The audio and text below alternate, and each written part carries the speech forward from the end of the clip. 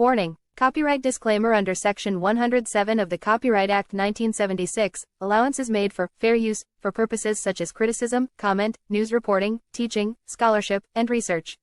Fair use is a use permitted by copyright statute that might otherwise be infringing. Nonprofit, educational, or personal use tips the balance in favor of fair use. Everybody's suspect that would do me harm. And don't ever forget Malcolm. Malcolm said that Republicans are brute wolves and Democrats are sly foxes. Preach. But don't ever forget they both belong to the dog. Amen.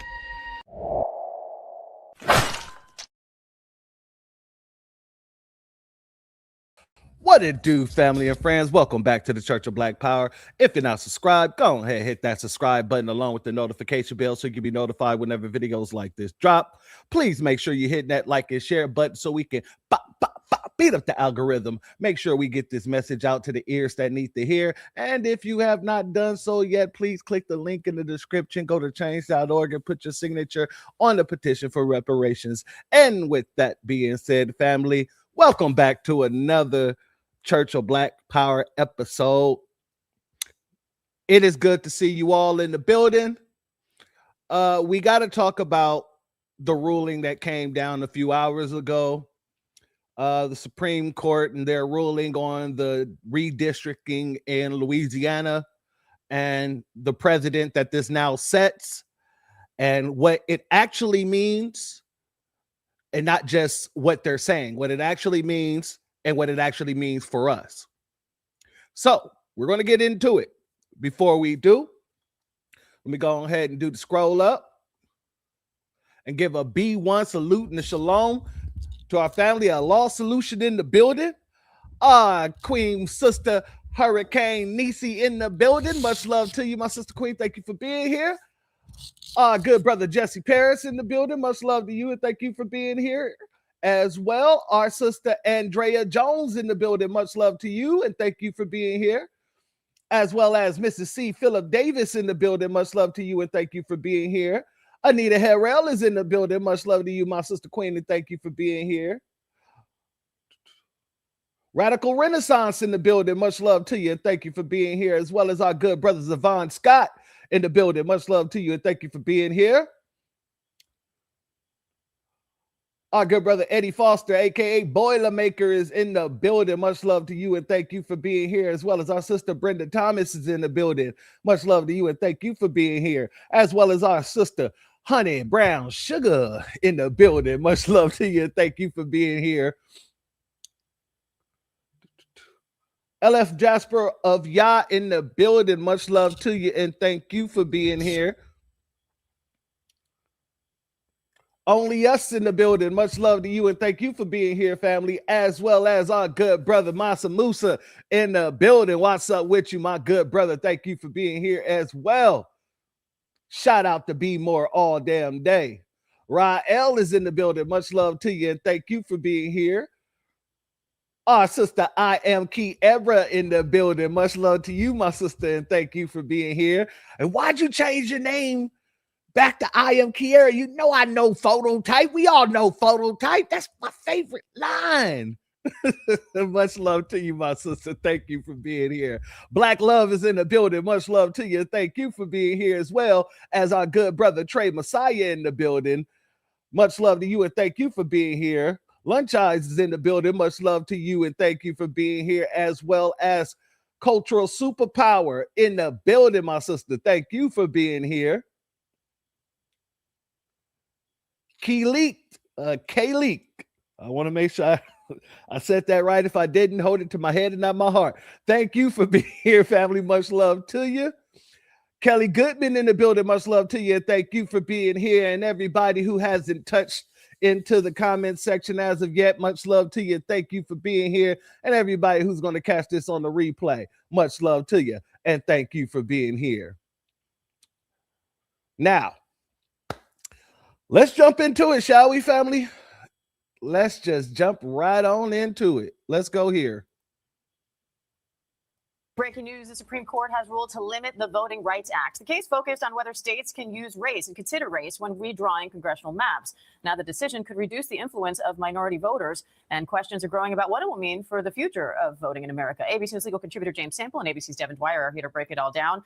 James, the court ruled 6-3 here in favor of the voters who challenged adding this second majority black congressional district. So how did the court reach this decision?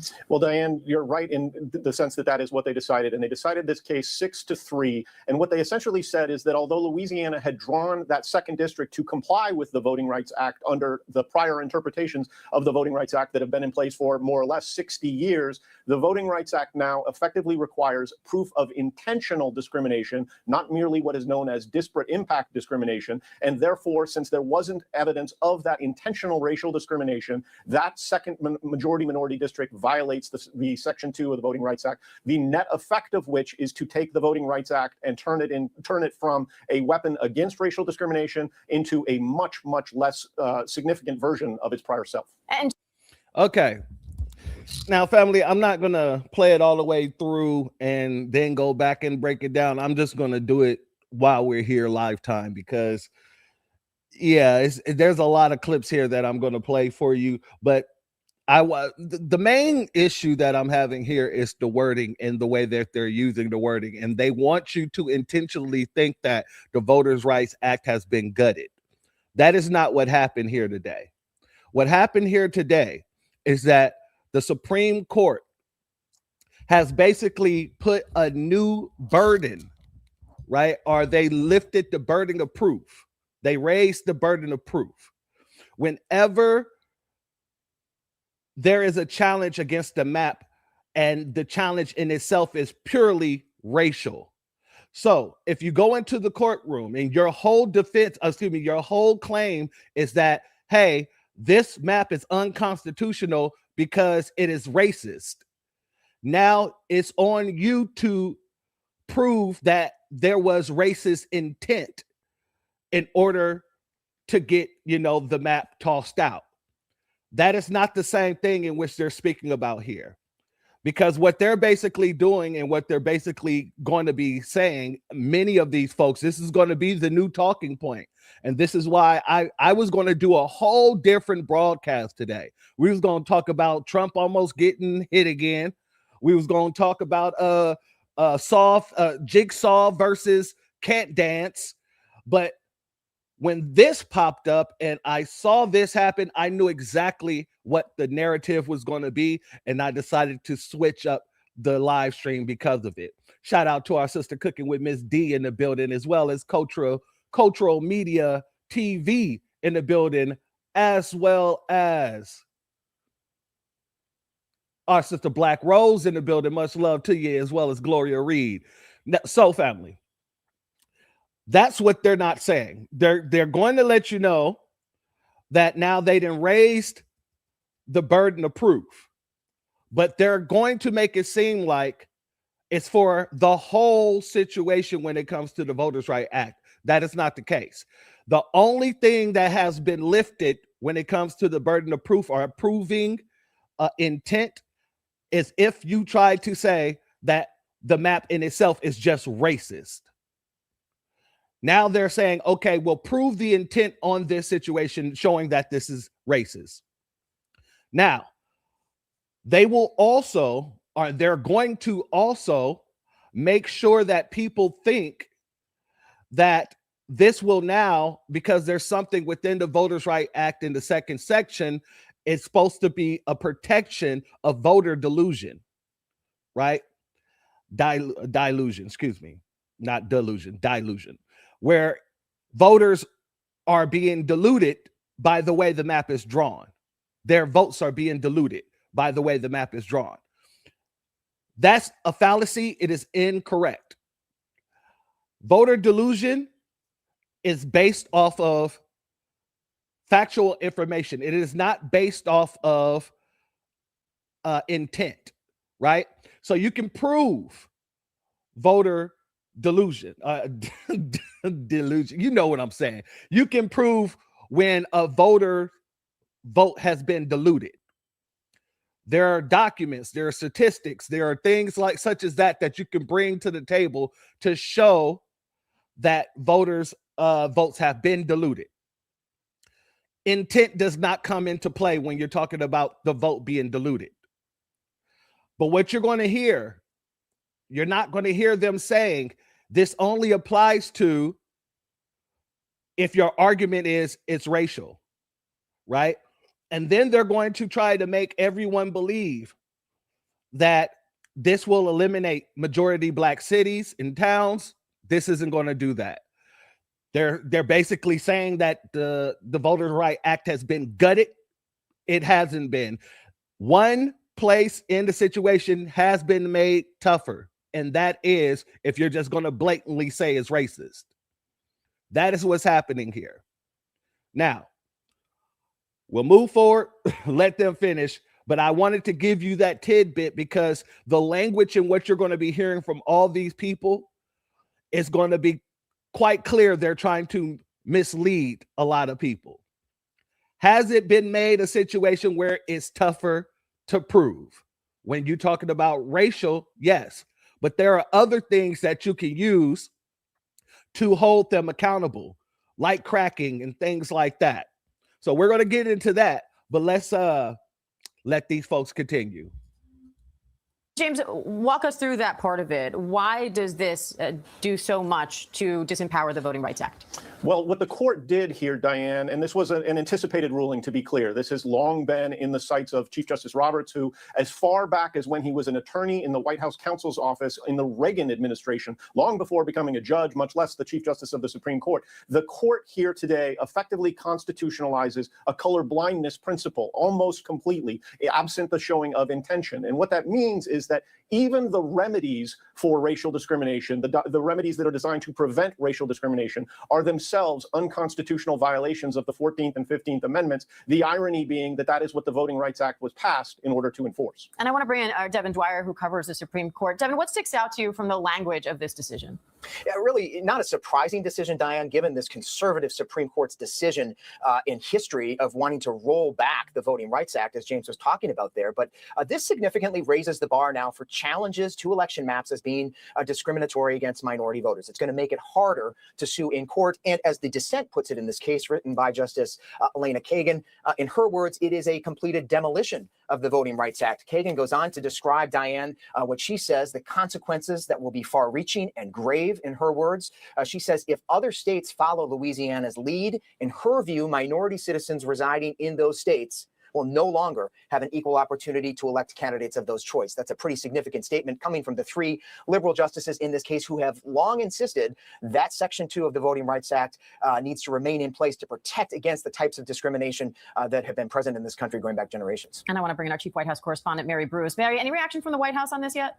Not yet, but certainly President Trump has been a huge supporter of efforts across the country to try and change and redistrict some of these districts ahead of the midterms to try and give Republicans a boost. And look, this decision means that ultimately you could have less minority representation in Congress and in state houses across the country. I suspect the president will have a positive review of this decision, given his efforts to try and change and try and support redistricting efforts, although that has been to some mixed results, we should say, over the last several months. It also comes, of course, as the president has been eager to put additional restrictions on voting writ large. He, of course, has been calling for this legislation requiring proof of U.S. citizenship when registering to vote. He's even gone so far as to say he'll somehow act unilaterally if Congress doesn't. And as the president has been taking steps to really undermine confidence in the voting system ahead of the midterms. But certainly he has been very supportive of these redistricting efforts across the country, all intended to give Republicans a boost in the midterms now just a few months away. All right, Mary Bruce, James Sample, Devin Dwyer, thank you all. Okay, so you basically heard the wording. You basically heard exactly what I call the fear-mongering of the situation, because that's what it was. If y'all notice, they took it back to, Chief Justice Roberts and him working for Reagan, and they was like, well, this has been a plot of his ever since he worked for Reagan, this, that, and the third. Family, I want you to understand, and this is one of my pet peeves about these type of situations. These folks are making it seem as if Republicans are the only ones that gerrymander black voters It doesn't work like that. Democrats, you can't have a city council with people like Nuri Martinez sitting on it if Los Angeles wasn't gerrymandered in the way that it is. I want you all to understand that. California is heavily gerrymandered, as well as New York, as well as, at this point in time, Illinois. A lot of these Democratic states gerrymander foundational Black Americans. Let's be very clear. Why? Because our power, if we're, allowed to wield it, we can remove these people that has done nothing for us in our communities. People like Nuri Martinez can get removed from the seats. But another thing you must look at is the people who are representing these heavily gerrymandered places like in Los Angeles. You don't see any Black folks really sitting on the city council, do you? Right? So I hate when they try to make it seem like, well, the Republicans can have a field day with this now. Well, the Republicans have been having a field day in the very same way that the Democrats have been having a field day. This is quite literally what they do. Let's be very clear. Now, what this does is that the court is no longer allowed to assume voting dilution, right? So previously, what would happen is if someone brought up a map case based on race, the courts would assume that it was because of voter dilution.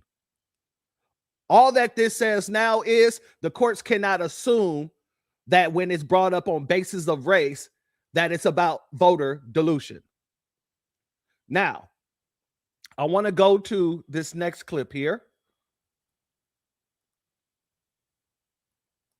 This is an ABC News special report. And good morning, everyone. I'm Kira Phillips. We're coming on the air because the Supreme Court has just released a major decision which could have a profound impact on the midterm elections. The justices issuing a ruling on a case out of Louisiana involving the Voting Rights Act, redistricting, and whether states must end any consideration of race when redrawing congressional maps. The decision potentially reducing the influence of minority voters and minority representation in Congress. Let's get right to our senior Washington correspondent, Devin Dwyer, who covers the Supreme Court for us. Devin.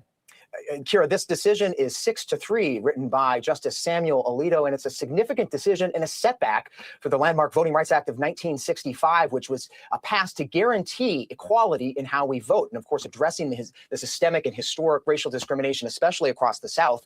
This decision came in a case out of Louisiana involving a court-ordered drawing addition of a second majority Black district in that state because of the size of the state's population. And the Supreme Court today, in this decision, said that the court violated the 14th Amendment by adding, the state rather violated the 14th Amendment by adding that district. They used race impermissibly, consciously, to add a second district to aid those voters.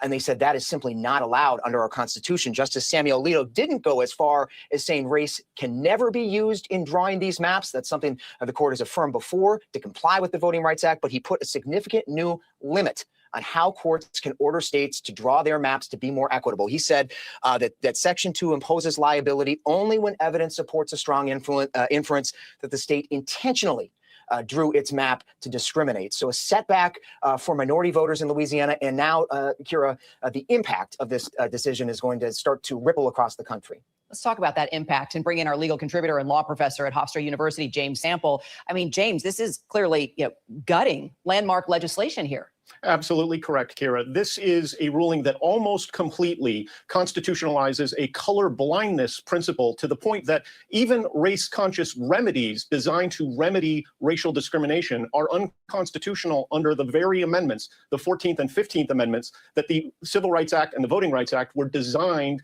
to make real and manifest in the country. So this is a diametrical shift in voting rights practices, a diametrical shift in the area of race and racial discrimination and the remedies for racial discrimination. Shout out to our good brother 13 Mike Travels in the building. An excellent question. Districts aren't by population. They absolutely are. Districts are by population, and they're not mentioning that because it would go against their narrative. The situation here is not of just population, right? So the situation here it can be looked at in certain ways. If they argued that the district grew, or they created a new district due to the growing population and the size of Black Americans within those cities or whatnot, that's one thing. But if you're purely going off of the race, this is how many Black people are in this district, that's a problem. And that's what's being eliminated here. Now, if you got the numbers and say, hey, this is the population and it has nothing to do with race. This is the population. We got X amount of people in this district. We're going to split them up and make 2 districts. So boom. That has nothing to do with race. That has to do with population size. So those are the 2 differences right there, right? One has everything to do with just because, oh, there's so many Black people here, we're going to create a new district. And that's right. That's what the problem actually is. Now, in population in total, you can't expand off of just the population. So that's that. But there are many different reasons why you can gerrymander, right? You can gerrymander just to keep a goddamn representative from losing the damn seat. That's legal. That's legal. So there are many ways to be gerrymandered outside of race. So I don't even understand why they're making it seem like race is just like the number one situation of gerrymandering. It is. Don't get me wrong. It is one of the leading things that they do is off of race, but they have many other reasons why they can say they're gerrymandering. That's the thing. It could be all about race, but they can say, hey, we're not gerrymandering off of race. We're gerrymandering off of political ideology, and we don't want this person to lose a seat. And it'll be legal. Exactly, Black Rose. Texas did it to Jasmine Crockett. It didn't have anything to do with race. It had everything to do with, okay, we're going to go ahead and cut this up to make sure our political power is now reinforced. So, yeah, there's a lot of reasons why they can actually gerrymander. Shout out to you for that question, though. They did it. That's right. They did it to Jasmine Crockett. Shout out to our good brother Reparations Nation in the building, as well as our good sister Brooke in the building. Shalom and salute to the both of you, as well as Mrs. Denise Hood Tactic Williams Music in the building, as well as Azure Nimble Nimbus in the building, as well as our good sister Val Hawkins in the building. Much love to all of you. Let's continue. James, thanks. Let's bring in Chief White House Correspondent Mary Bruce. Now, Mary, let's just talk about what this will mean for the midterms and beyond.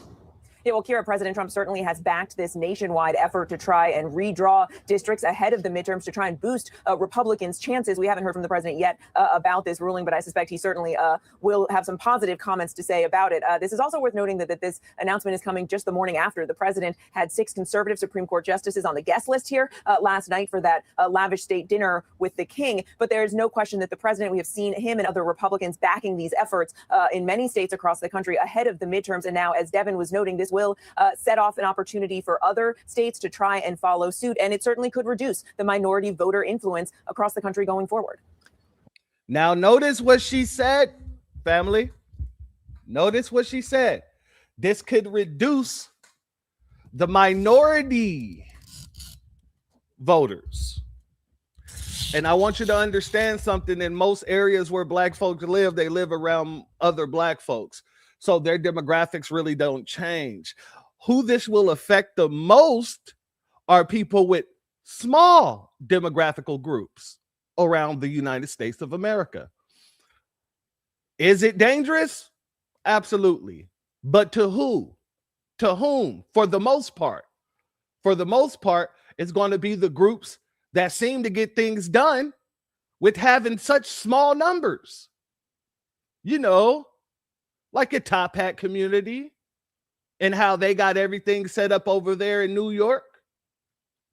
Yeah, you know, like your Asian communities and like all across these United States, how there's Asian towns and things like that. You know how these folks are getting things done, and they have such small numbers, and we have more numbers than all of them. And for the most part, we can't get nothing done because we don't have the representation. So for the most part, what's going to end up happening, salute to our good brother AO in the building, much love to you. A lot of these minority groups, these people of color, these melanated others, they're going to be losing a lot of political power. They're going to be losing their ability to wield political power. That's what's going to end up happening. And this is what I want y'all to hear, because they're telling you who this is going to affect, but they want you to think that you qualify or you fall into the minority category anymore. When the fact of the matter is, we never fell into the minority category. That was always for the immigrants. Correct? You know, the brown immigrants. Like your Indians, red dot, like your, Asians, your Mexicans, our quote unquote Hispanics, all of these folks is who they're talking about when they're saying minority. And I mean, state to state minorities. I'm not talking about the overall, because even though Hispanics are considered minorities, when you look state to state, they're clustered around each other as well. So they probably wouldn't even fall into this. It is where everybody is scattered for the most part that you're not really going to be able to use that anymore.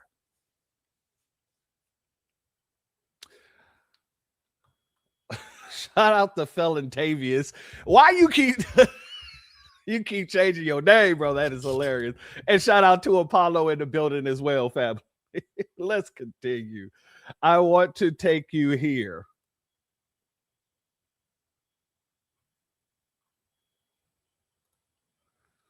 Oh, excuse me. Shout out to Johnny for this. Let's see. You don't need voters' right if you're an American citizen. You have equal rights and freedoms. Johnny, we know that that's not true. You know that that's not true. And by you saying that, that shows me that you got on rose-colored glasses and you need to take them some of the bitches off. America is not an equal land by no means. Otherwise, all of these folks that are caught up in, pedo situations and beating their wives and all this other stuff, yeah, they wouldn't get slaps on the wrist, while people who are black who just sneeze in the wrong area get sent to jail. So yeah, don't think because I'm sitting here breaking this down in a truthful and a logical sense that I'm gonna let you sit here and say some stuff that basically pushes an agenda for you. No, this is foundational Black American land over here. You heard of Neverland? Well, you never can come to this land and preach that nonsense. Now, continuing on.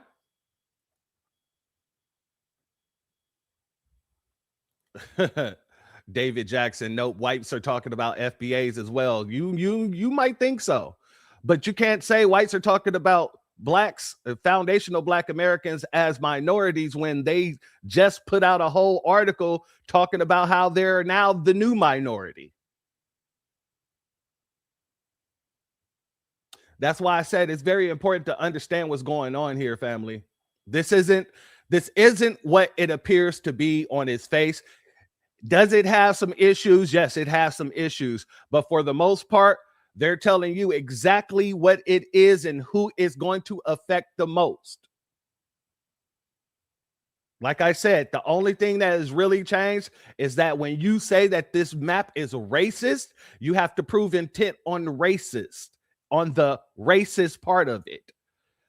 But when you actually can prove Because proving is the key term here.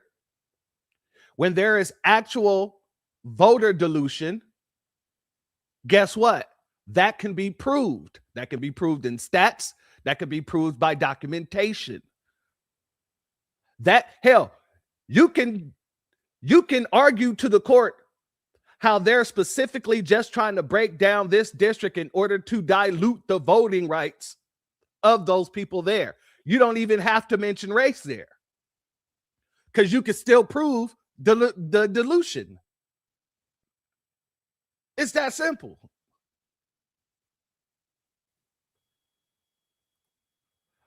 Oh, these people are idiots. These people are idiots. Your loss to Supreme Court, your argument is invalid. No, because I understand what the hell the Supreme Court is saying. See, that's the thing. Even the Nabiscos don't even know what the hell the Supreme Court just did.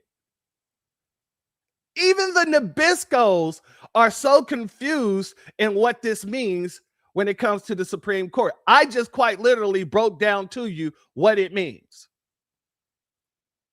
It isn't about whether or not a person can actually go up and use race. You can actually still do that. There's small, very small instances where you can. But all the Supreme Court just did is say, hey, you got to come with a different argument. And the argument that you come with got to be backed in facts. So just using race on his face, yeah, that might be, put to the wayside. That's not really an issue, though, because when it comes down to foundational Black Americans, we can prove our voter dilution regardless of race. Let me say that again for the idiots in the back of the classroom. For foundational Black Americans, we can prove voter dilution regardless of race. Because all you got to do is look at the areas in which they're trying to dilute. Now, if you ain't got no other argument besides race, that seems like a Democrat thing that they use when they don't want to dilute Asians' problems, when they don't want to dilute Mexicans' problems. Because as I've already said, whether on the Republican side or the Democratic side, both sides, the Republican, the Democrat, both of them use gerrymandering in the exact same manner. One just says it's about race and the other don't say it. Now, if you want to learn, little Johnny, then have a seat, keep your mouth closed, and just pay attention. Otherwise, you sound like a dumbass. And if you want to be a donkey, you got to be a donkey somewhere else. We're not here to listen to donkeys go Eeyore, Eeyore, hee-haw, hee-haw. You got plenty of Nabisco spaces where you can go hee-haw. Plenty. Now, if you don't mind, and even if you do mind, sit your crazy ass down and shut your ass up, period. Point in black. The next time you say some nonsense, you're going to the gulag. Now, shout out to our good brother William Aaron in the building. Much love to you. Thank you for being here, as well as our good brother Cool Keezy in the building. Much love to you, my good brother, and thank you for being here as well. Now, let's let this woman continue, shall we? In a 6-3 decision along ideological lines, the High Court has just ruled that Louisiana's 2024 map, which created the state's second majority Black congressional district, is unconstitutional. The court writing that, quote, the Constitution almost never permits a state to discriminate on the basis of race, with Justice Alito delivering the opinion for the court. The decision marks a major win for Republicans, as Louisiana will now have. I didn't mean to pause this, but I had to. Shout out to Apollo for this question. I appreciate it. The Asians were able to get a hate crime bill passed, even though they're a small group. What are we missing? Representation. The very same people that was supposed to be representing for us was pushing for that bill. They ignored us and pushed that bill for them while throwing us under the bus. More specifically, under the train. That's the problem. We don't have no real representation. So people with smaller groups who uses our representation against us are able to use our representation against us. Thanks for the question, family. I understand it too. Trust me. Have to redraw its districting map and could have major implications for upcoming elections. For that, I want to bring in senior justice reporter Ryan Riley, who has been following this for us. Ryan, talk about those implications, right, of this decision out of Louisiana. We have a huge election now, just 7 months away come November.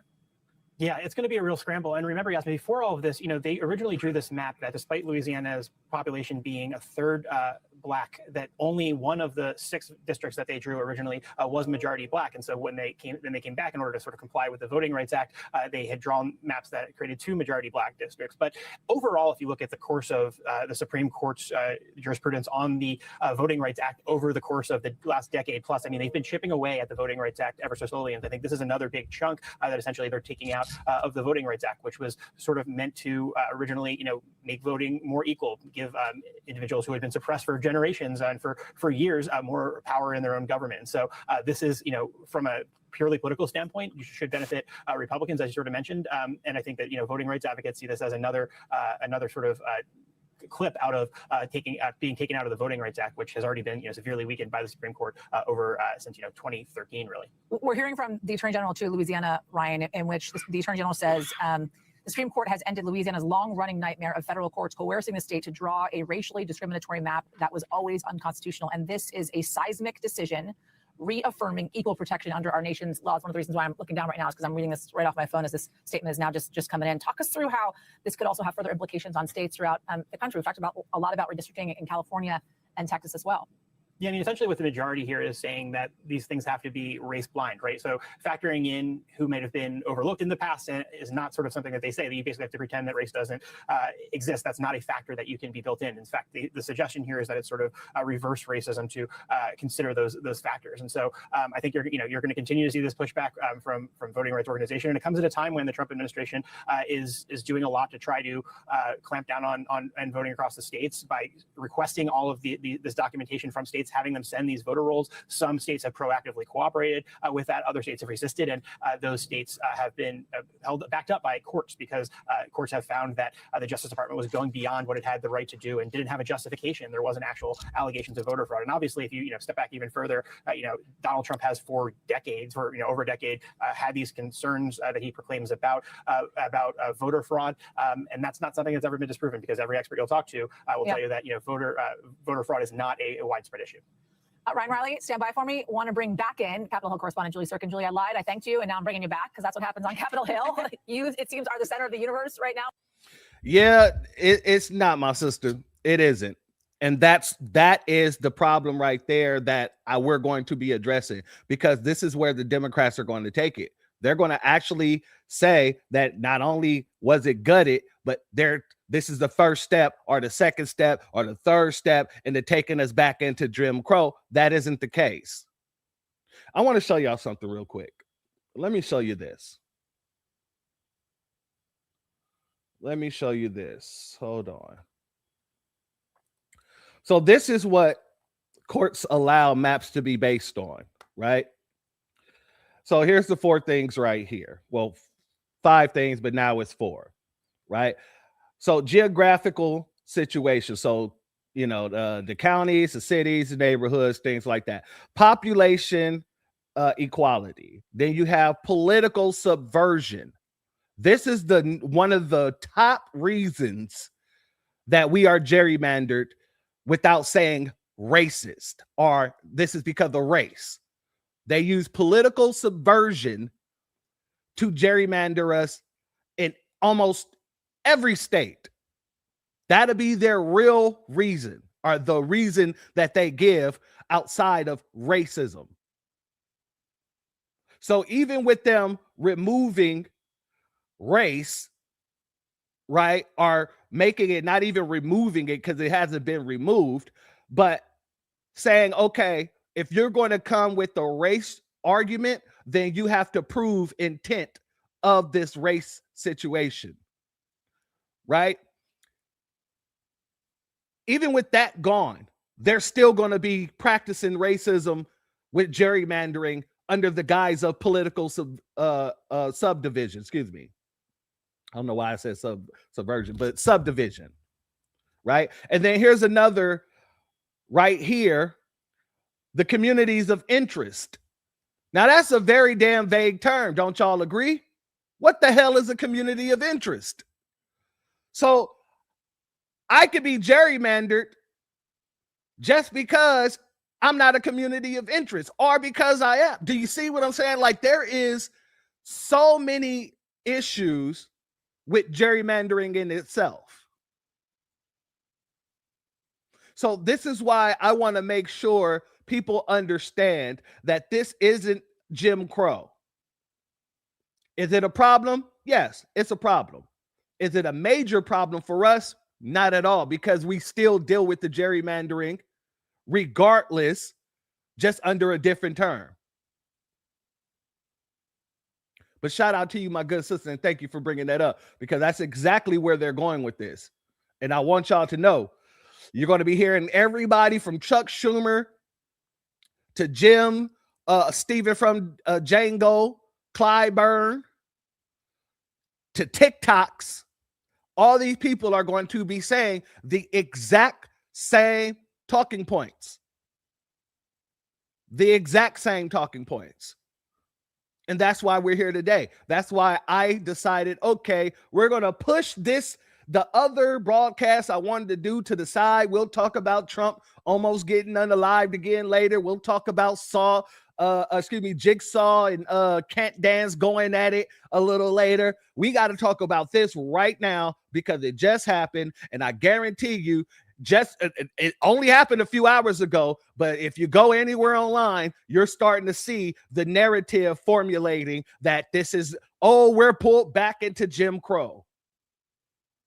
See, Black Americans, we told you they were going to send you back into chains. We told you that they're trying to take you back to Jim Crow 2.0. This is what they're going to be doing, and this is what they've already started doing. Let's go back here. Matter of fact, no, you know what? There's not that much here. Let's continue, and then I'll go to the next woman.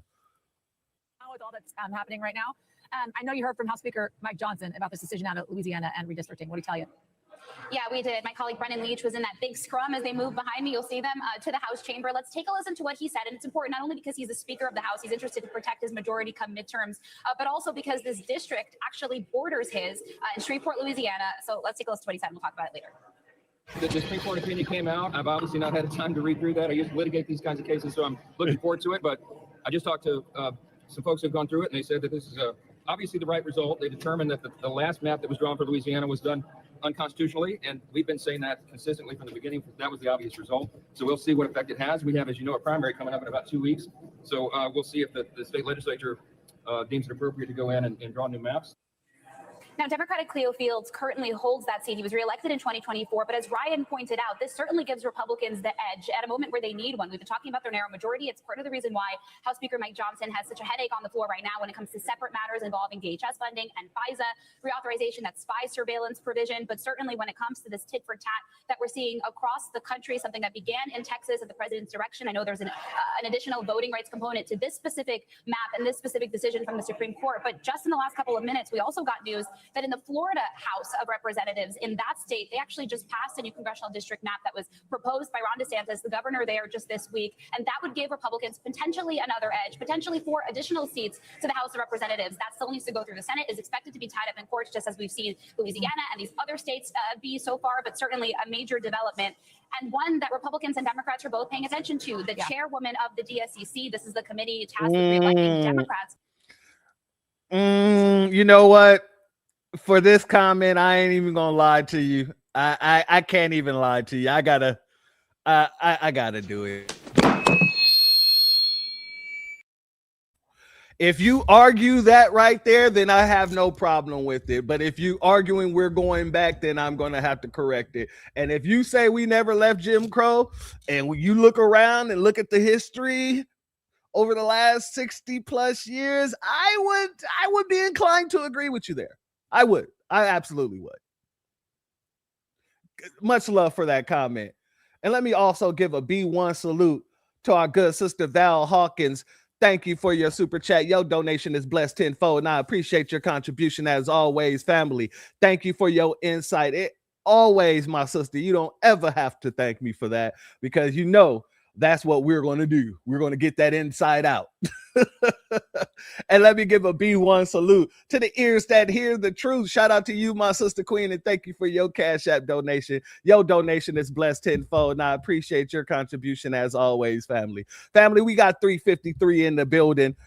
Please make sure you hit that like and share button so we can get this message out to the fam. Let's continue, shall we? In November, she put out a statement already, Susan Delbene, saying that this case may have been brought on by those who seek to suppress the votes of millions of Americans, but she says these schemes will backfire. She talks about how corrupt it is, a targeted assault of voting rights of Black and brown Americans, but she did say that Democrats remain poised to retake the House majority in November. So extremely interesting dynamic happening here as these competing maps move through the courts. We thank you for watching, and remember, stay updated on breaking news and top stories on the... Shout out to our good brother Master Musa for this one. They playing with the redistricting like hot potato, or it seems that way. And you are absolutely correct. And that's how you got to look at this. This isn't just a situation with the Republicans or the Democrats. Both of these people quite literally practice gerrymandering, just in different ways and quote unquote for different reasons, but it's all for the same reason. It's to make sure that your power is diluted regardless.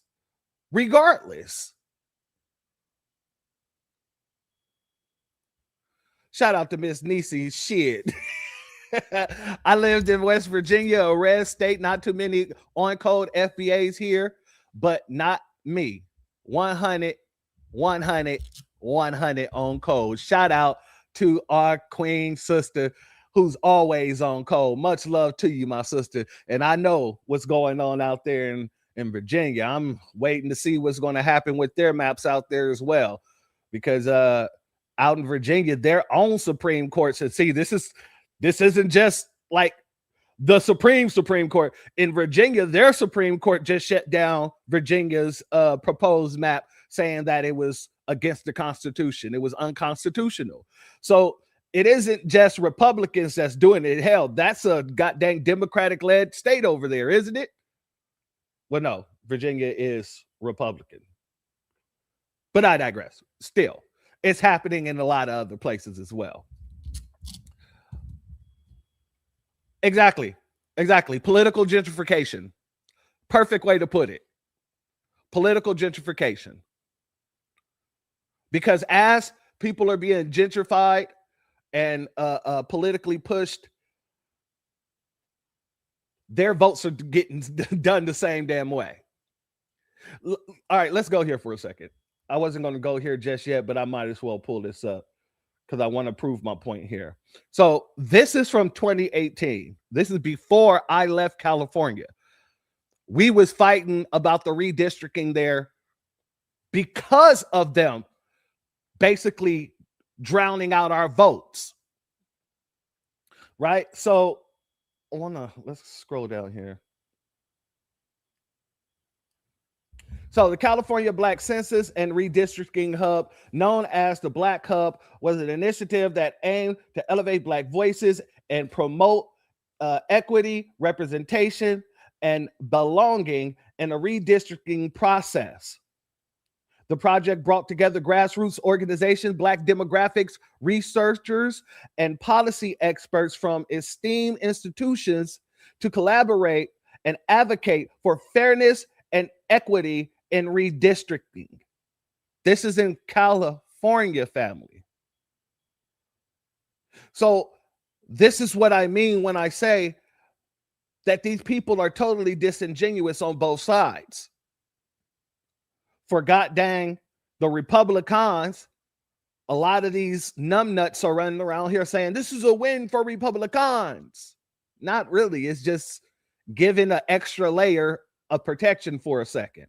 So if I come and say, hey, this is unconstitutional because it's racist, then yeah, I have to prove the racial intent. If I come and say, hey, this is unconstitutional because it dilutes the voting rights or the voters' votes in the area, that's a totally different argument. It's a totally different argument. You got to understand how law works. Law works a lot different than just everyday talk. That's what legalese is meant for. It is to confuse the people who don't understand or don't really look into law situations, who don't study law. That's what this is all about. So when you really start chipping away at the language, you'll really start understanding what these people are saying. And once you understand what these people are saying, you can move in a different way. And if you're moving in a different way, 9 times out of the 10, it's opposite from what either party wants you to move in. Let me give a B1 salute to T. Wilborn in the building. Much love to you, and thank you for your super chat, my fellow FBA brother. Much love to you, and thank you for your contribution. Your contribution is blessed tenfold, and I appreciate it as always, family. Absolutely. California. Do not get it confused. California is just as racist as Texas. Don't get it confused. California is just as racist as Florida. Do not get it confused. It is very important for our people to know this. There is no party that isn't racist towards us. There is no party that doesn't use the tools in the white supremacist toolbox against us. And that's why we're here today. That's why I posed the question, what does today's Supreme Court's decision mean for foundational Black Americans? Let's continue. I want to go here to what this sister here had to say. This is CNN. Y'all remember when they used to do that in the middle of the night? This is CNN. The opinion and the dissent, because the majority opinion tries to suggest this is perhaps more narrow, perhaps more narrowly focused on Louisiana. And then you have Elena Kagan in the dissent saying this could blow up the Voting Rights Act altogether. She's absolutely right. And frankly, I've been a voting rights attorney in the Civil Rights Division when they still had Section 5. Remember, that was the one that said you had to get the pre-authorization if you were a state that had traditionally discriminated against in voting and get the pre-clearance from the government before you made any changes. When that went away, monumental consequences. Now you've got Section 2, which is really the last way to actually say and go to the courts and make sure that there's not going to be vote dilution, meaning I don't care how many times I go to the voting booth. I'm never going to be like the candidate of my choosing because. Now, do you hear what she just said? And didn't I just explain? Those are two different things. And yet she is basically cluttering these two things together. With voter delusion, intent does not imply because you have proof and evidence of voter delusion. Well, dilution, excuse me. She's putting it all in together. And like I said, this is the tactic. This is what they're doing in order to push their narrative. Shout out to our good brother, William Ayrton, once again for being a member for 11 months. Thank you for all of your contributions, my good brother. Your donations are blessed tenfold, and I appreciate everything that you do, family. When it comes to practicing white supremacy, California is more of a smooth operator, like Sade, which makes it more dangerous state. You are absolutely correct, my warrior brother. California is the Sade of racism. Oh man, I must have to stop. I'm gonna have to put that on a t-shirt. California is the Sade of racism, just smooth operating, a smooth operator. Let's let her continue. because you have strategically made it such that I have no power. It really is only in name. Frankly, this hefty opinion, it's like pages and pages of trying to say one thing in the minority. Essentially, a majority. It essentially says, yeah, as long as I get a race neutral reason, which could be a wink and a nod, I'm not doing it for that reason, it's actually this, that's fine. It makes it virtually impossible for someone wanting to challenge these different districts as being gerrymandered as being a viable claim. And so you've got by race.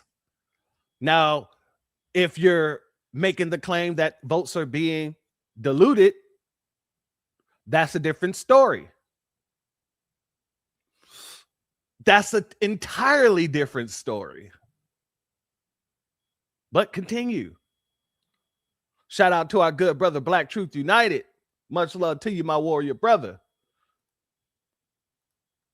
not just like a toothless tiger, you've got no tiger. All you have now is the theory that you have to trust people who are in power to do things that are in the best interest of those who are not. And I don't know about you guys, I don't know when that's happened. Yeah. All right, family. So, like I said, I just wanted you all to start hearing the rhetoric, and that's from the news right off the back. Hold on. We're going to bring it here for a quick second. We're going to bring it here for a quick second because this is Chuck Schumer. This is Chuck Schumer as soon as he found out what was going on. Mr. President. Democratic leader. Are we in a quorum? We are. I ask unanimous consent the quorum be dispensed Without objection. Mr. President,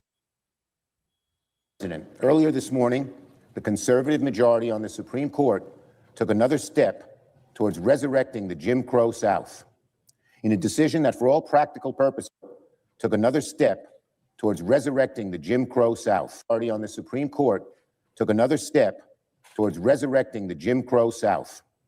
In a decision that, for all practical purposes, upends half a century of precedent, defies the spirit of the American civil rights movement, and reverses generations of progress towards racial justice. The right-wing court today essentially declared it valid and appropriate for states to discriminate against racial minorities in drawing districts. The voting rights. Notice he said what? Minorities. I want you all to understand the language that they're using. They're not saying specifically, hey, you know, this affects, or this is going to be affecting foundational Black Americans. This is going to be affecting Black Americans. They're making sure to state minorities.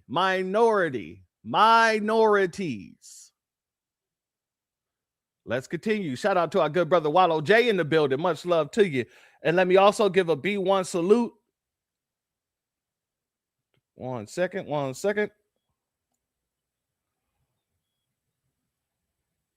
To our good brother Black RU.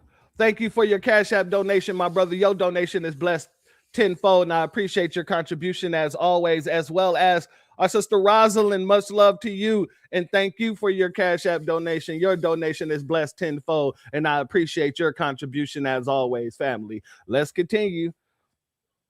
Act, a law written in the blood, sweat, tears, and sacrifice of Americans who marched, who fought, and died for the right to vote and to prevent racial discrimination, has been diminished once again. The consequence of this decision is as clear as it is dangerous. Fewer protections for voters, more power for politicians to draw maps that silence them, particularly historically disenfranchised voters. Now the conservative court has tried to make it seem like its decision today was narrow and tailored. But let's be very clear. In the words of Justice Kagan, this decision is a demolition of Section 2 of the Voting Rights Act. It opens the floodgates for states across the South to redraw their congressional districts and make voters of color essentially invisible in our democracy. By some estimates, this decision could lead conservative state legislatures to draw as many as 19 additional seats that favor Republicans in the House. So far from being a narrow decision, this MAGA court is trying to give Republicans a leg up, an illegitimate leg up. Just another racist channel blaming your problems on white people. Why don't any of these channels address FBAs offering each other? Why don't y'all talk about black on black crime? Shut your bitch ass up. You sound stupid. You could tell you just a troll. You ain't even been in here because I ain't even mentioned the Nabisco in this situation unless it was on the guidelines of both being used by the Nabisco. So sit your little funny self ass down. This is the problem with you folks. You little snowflake ass crackers. Y'all, this is the problem with you unsalted people. Straight up. You want to make everything about you. I'm in here having a conversation with the family. And here comes some unwanted pest knocking on my door trying to get into the house. Take your goofy ass home and eat your unsalted lettuce with avocado and shut the hell up talking. The hell's wrong with you? See, this is the problem with these crackers. You know what? Let's do this. I'll tell you what. Since you got so much to say, come on up and have a conversation with me. Come and spread your logic. Let me give you a platform. There's the link right there. Don't be a coward.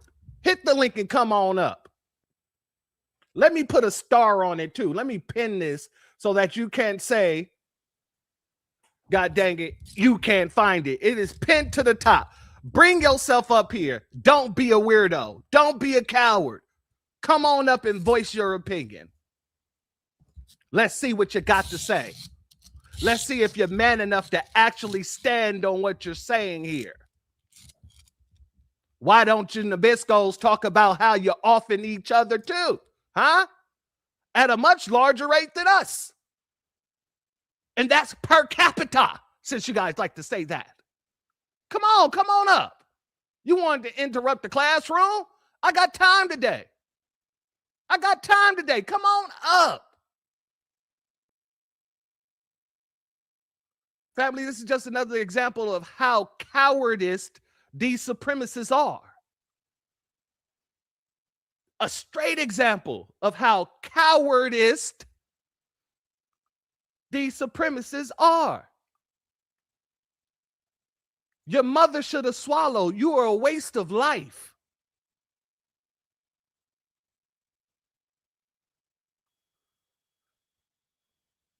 I'm going to give you one more goddamn minute because like I said, and I'm going to make sure you can't even talk in the goddamn, you ain't talking in this chat. Hit the link and bring your punk ass up. God dang. Soft booty butt ass. Y'all always trying to blame the white man. Y'all blame black Americans for every goddamn problem that America has. And you want to come up here trying to project onto us? See, this is the difference between a real American versus a fake patriot. I am so willing to stand on my square. I will lean on business, stand on business. I will dance on business. I will hit a backflip on business. Y'all folks are too cowardice to do the same. But you want to jump behind your keyboards and get to typing like a bunch of goddamn keyboard warriors.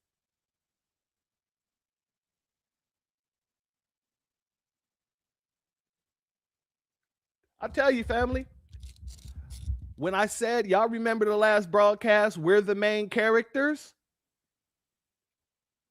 Even when the Nabisco isn't brought up, oh, here he comes trying to make himself the main character, and it doesn't work out. Look at you now.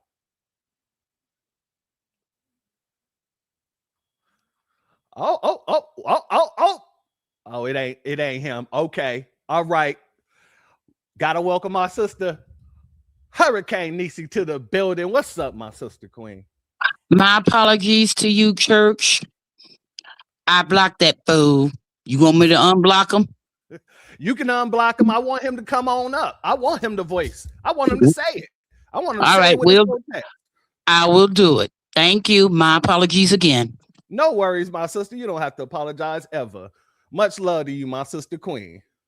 Bye-bye. Yeah, I want you to come on up here.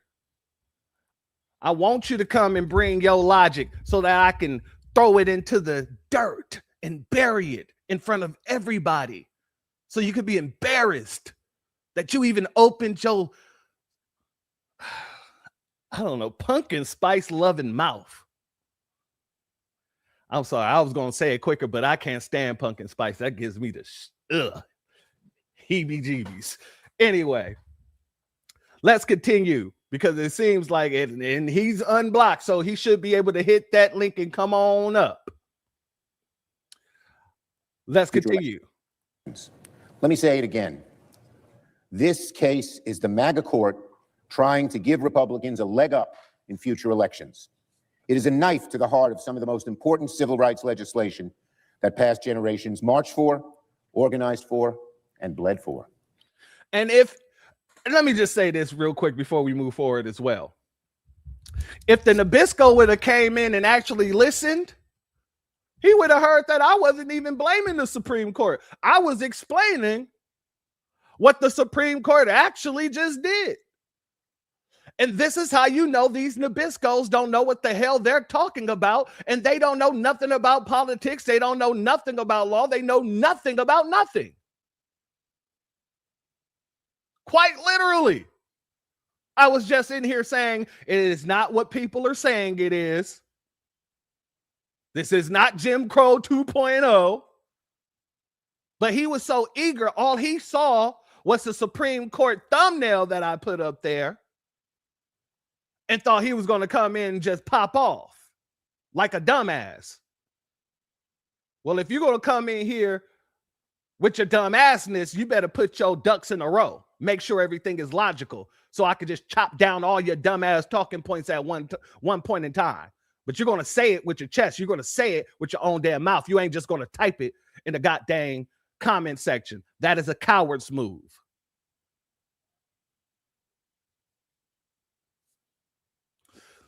Now, shout out to the family. I appreciate y'all putting up with the rant for a second. You know what I mean? Sometimes you just gotta call these people exactly what the hell they are. They love Charlie Kirk so much. They love talking about debate me, bro. Debate me, bro. You drop a link on their ass and they get ghost. Debate me, bro. Debate me, bro. You show up on them and they start sprinting down a hallway.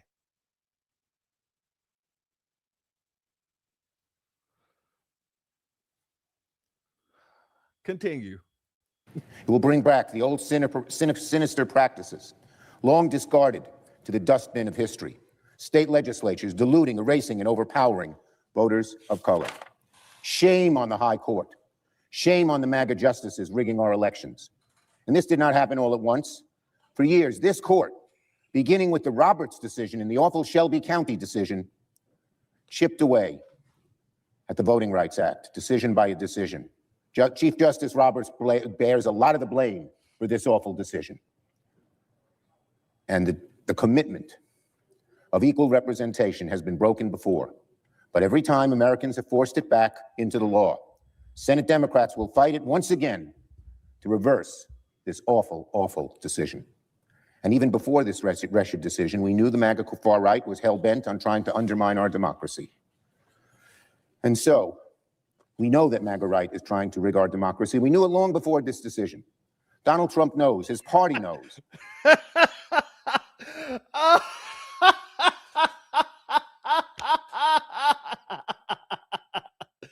All right. I know this is trolling, but at least this one's funny. This one's at least funny. I'll give you that one. God dang it. That one was at least funny. All right. No worries. I'll let that one slide. Shout out our good brother John Son in the building, and thank you for your Cash App donation. Your donation is blessed tenfold. I appreciate your contributions as always, my good brother. This is the FB and A and B conversation. Everybody else see their way out of it, and I'm with you 100-fold, family. All up in the business and don't know what the flavor of the Kool-Aid is. You peep that too? Voters of color. Right. Because they're talking about whom? They're talking about the minorities. Shout out to our brother William once again for your cash app. Your super chat. Your donation is blessed tenfold. And I appreciate your contribution as always as well, my good brother. Many of these people are not worth even having a conversation with, and I agree with you. But I at least want to give them the opportunity. If you're so big, bad, and mother-loving bold, if you think that what you're saying is absolutely correct, then go ahead and say it with me. Say it to my face and let me go ahead and chop that down like the tree outside that I got to chop down tomorrow. Unfortunately, I'm going to have to be put to hard labor. That tree is a muggle lover. Anyway, I digress. Shout out to our sister Aquarius Minded in the building. Much love to you and thank you for being here as always, my sister Queen. Greg Street in the building. Much love to you. Thank you for being in here. He said the Prince of Pork the Prince of Pork Chops. I call him the Prince of Pepperoni Pizza. That's what he is. That's what he is 100% fold. Shout out to our good brother Leonard Day Yuta, the Prince of Pan Boo-Booism. Oh, we got to talk. We're going to talk about him on a later date as well, because he's getting some critiques from that one guy, Frank Zeno. Oh, yeah, Frank Zeno is out there calling him out right now, consistently calling this man out. He's calling him all kind of grifters. He's calling him all kind of hustlers. He goes to he goes to Africa, to the African continent, and he becomes a citizen, and then he starts begging for money over there. I was in tears. But we're going to talk about that at a later date. Shout out to our sister Andrea Jones. Thank you for your Cash App donation. Your donation is blessed tenfold, and I appreciate your contributions as always, my warrior sister. Let's continue. That they're going to lose this election in 2026, which is why they're working round the clock to tilt their scales unfairly in their favor. Trump issued another executive order a month ago to subvert our elections. Last week, they took aim at the Southern Poverty Law Center to chill speech and suppress actions from organizations that protect democracy. Trump continues to push for his SAVE Act to disenfranchise tens of millions of Americans. And he's stacked his administration with election deniers. So today, I am launching the Democratic Party's most expansive effort to date to protect the 2026 midterm elections and to shield them from the... Y'all know what that means. They're about to do some more corrupt shit. Let's just be frank. That's basically what he just said. He said, today we're launching the most expensive situation that we've ever did. Let's see what it is. Direct threats posed by Trump and MAGA Republicans. This afternoon, a group of senators and I will meet with former Attorney General Eric Holder, Mark Elias, and some of the country's top election experts to talk about how we can be ready for any and all threats that might come against our elections this fall. And I want to thank my Senate Democratic colleagues for joining in today's meeting. We know that some on the extreme right will try to rig the system. Donald Trump said it. He said he can't win the election except by rigging it. That's more or less what he said. He said that's exactly that's more or less of what he said. Yeah, you got to draw that back because that dude Trump, like him or love him or hate him. That dude right there, he is quick to put a lawsuit on mother lovers for saying stuff like that. So yeah, I know exactly why you had to pull back on that. Continue. Trump's Justice Department sought to seize state voter rolls. Right-wingers raided election offices in Georgia. They pressed election officials in Arizona to turn over documents. Online radicals are threatening poll workers, spreading lies about voter fraud. And here in Congress, hard-right Republicans are trying to pass Jim Crow 2.0 in the SAVE Act. These threats are only going to intensify the closer we get to Election Day. Now, remind you, he said they're trying to pass Jim Crow 2.0 within the SAVE Act, and what he's speaking about is keeping ICE agents away from what they call sensitive locations. So that was schools, hospitals, churches, and voting polls. That's what they deemed. Him and Hakeem Jeffries came out and said it themselves. That's what they're classifying as Jim Crow 2.0. So now that the courts have come out and said, hey, yeah, y'all gonna need to prove intent when you say the map is racist. He's taking that and he's equating it to now the whole situation with not having ICE go to the voting polls. 1 second, family. Let's see who Dr. Umar. What? Peace and Pan-African to the family. Peace and Pan-African to the family. All right, Umar. What you got to say? Brother, I think that we need to be Pan-Africanists, my brother, my dear brother. It does not serve us to be divided from our brothers and sisters on the continent of Africa and in the diaspora. I think that we need to come together as a family. And this whole FBA thing is very divisive. What do we get out of it? Brother, that's the motherland. All these other countries, they want access to the natural resources of the motherland. But we are the ones that have an ancestral lineage to that motherland. And we are the ones that are the rightful ones that should be taking advantage of those natural resources that the motherland provides. Why is Continental Africans running away from Africa? Why are they coming over here if all the natural resources are over there and we should be going over there? Why are we fighting to get over that way when they're fighting to get over this way?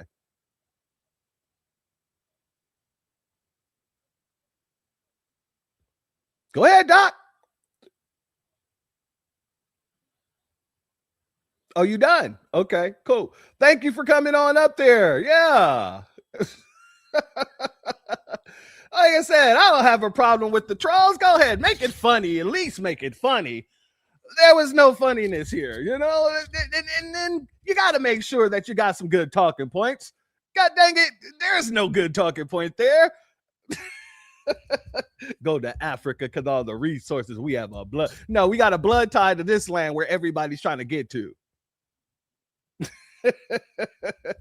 Thank you for whoever that troll was, JJ. That was hilarious. I appreciate the laugh. Now back to FBA business. Let's get back over here to Trump. Shout out to our good brother Torian Reigns in the building. I saw you come in a few seconds ago.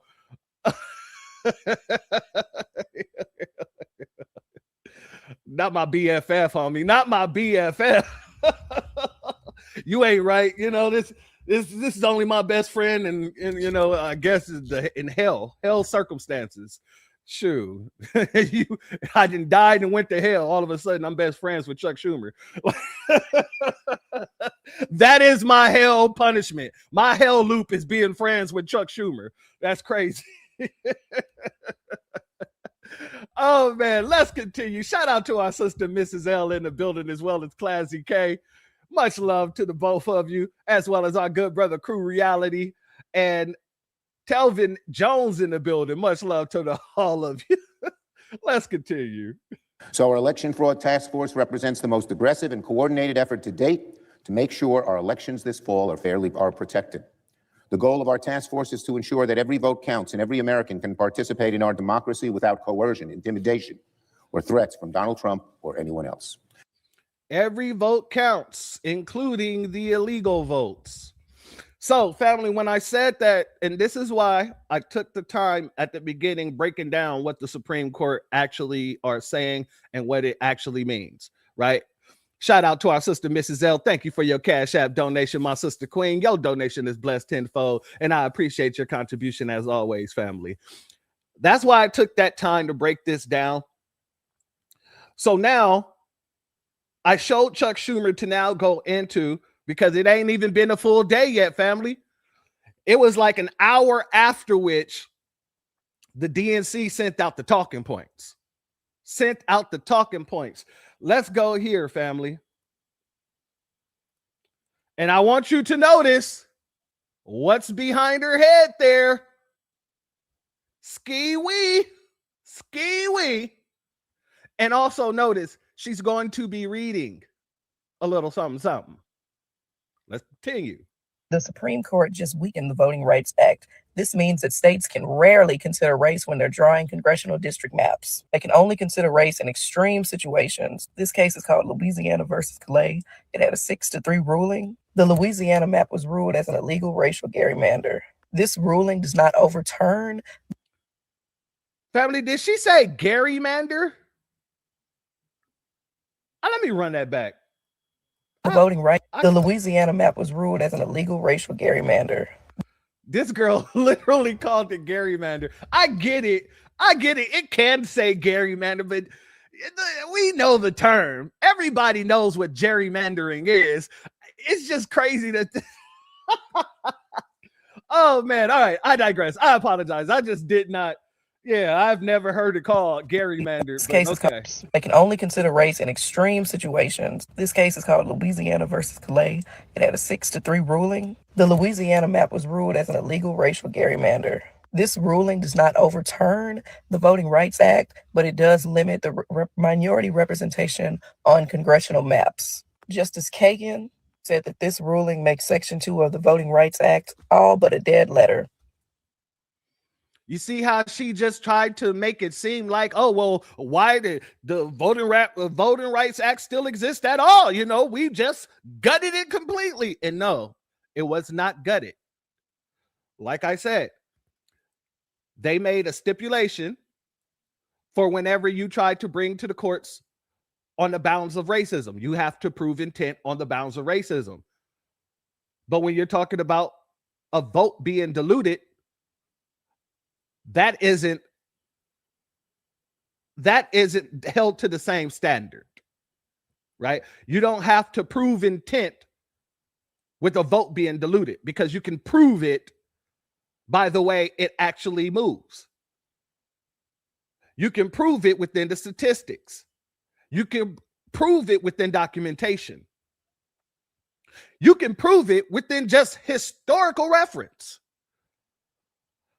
The only thing that you have to prove intent for is when you bring up the term racism. This map is racist. Okay, well, you got to now prove intent of the racism. To tell you the truth, it'll probably be easier to prove the dilution of a vote. So basically what it does not shut down. Let's say if a lawyer is arguing this, it doesn't shut down the racial argument. It just means that you have to be more open to what else is in your toolbox. You can't just go to the racist hammer right away and use that, but you can use racism when proving how it affects the dilution of those votes. That is the difference here. But they're not going to say things like this. They're not going to explain things like this. Let's let her continue. It'll be harder to make voter discrimination claims and that minority voters are losing protection. The Supreme Court just weakened. All right, that's that. And I want to once again go here and show you once again. These are all the reasons why we can be gerrymandered in any community without even using race. So understand, with them saying just proving or having to prove intent on race, that does not eliminate everything else in Section 2.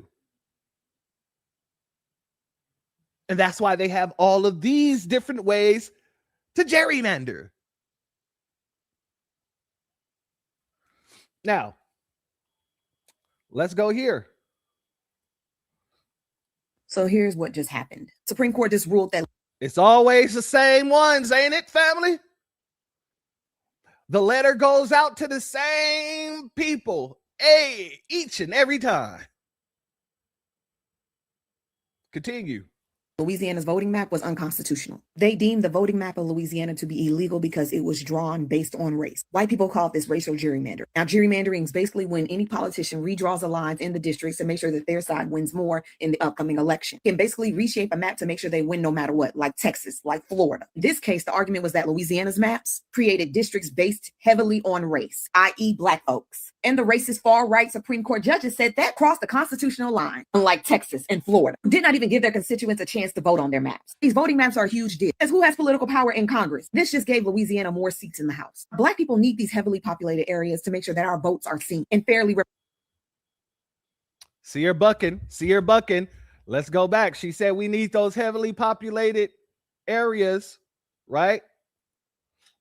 When we have those heavy populated areas and those things does count, you can gerrymander off of population alone. Off of population alone, you can gerrymander. So you can go back to the courts and argue, hey, this had nothing to do with race. This had everything to do with the growing population. Like I said, you have to go back with a different argument. If you get hit one time and you lay down, then whose fault is it that you laid down? If you didn't want to swing them hands,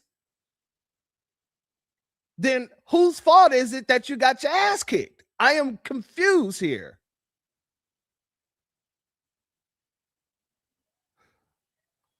Let's go back.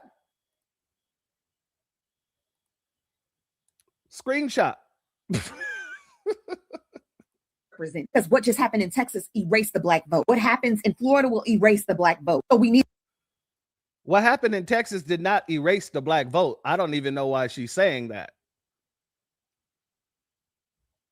Are you talking about it erased Jasmine Crockett? Yeah. I don't think that that's too much of a bad thing. It erased her seat. It didn't erase the vote. It erased her seat because Jasmine didn't get none of the Black vote. And the people that did vote for her had a septum ring just like you. The people that did vote for her was a part of the 92% just like you. The people that did vote for her said that they were resting when Kamala lost just like you. Let's not be confused. But continue. Shout out to our good sister Naturally Torah in the building. Much love to you. You see the septum ring over here looking like a bull's daughter. She knows what she's doing.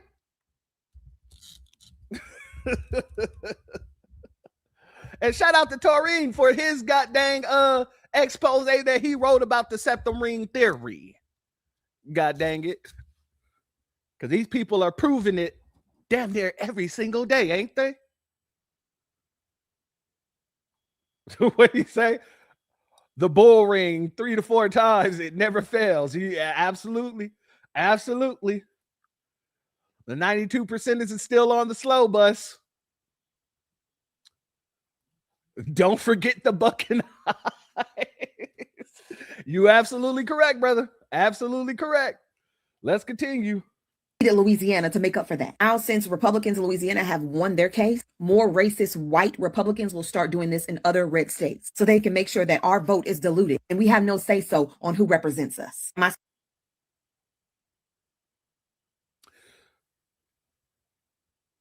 Who represents us in Congress now? Who was representing us in Congress even though they were supposed to be representing us? I mean, I didn't see anybody.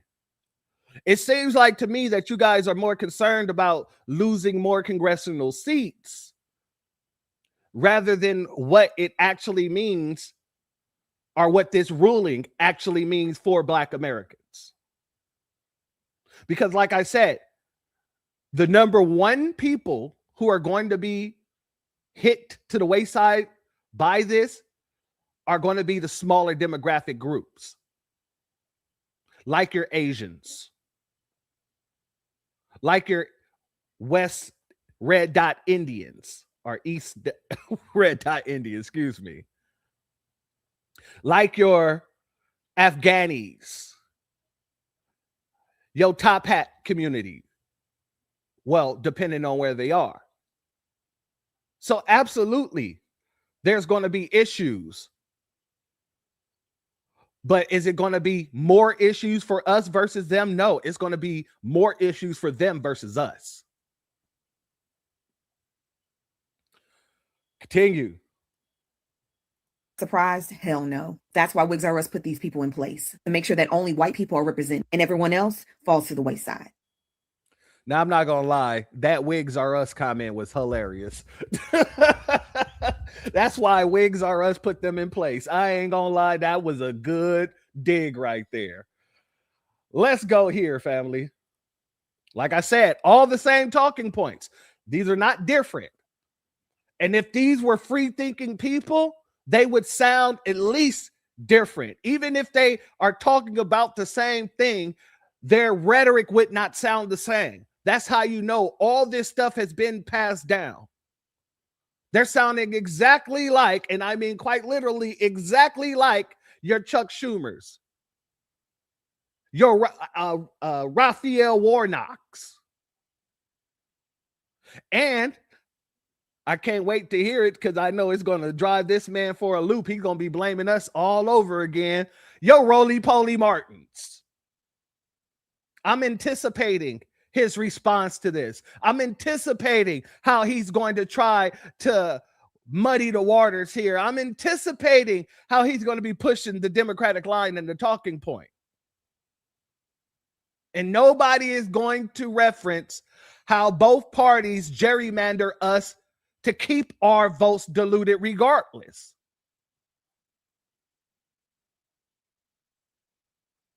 Come on.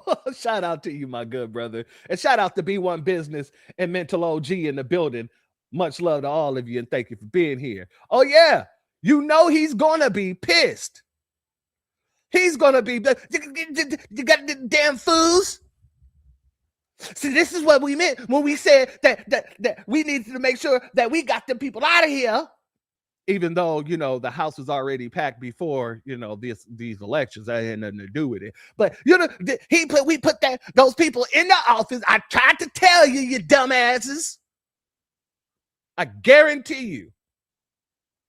And I can't wait to hear it, to be honest with you. I can't wait to see his whole meltdown.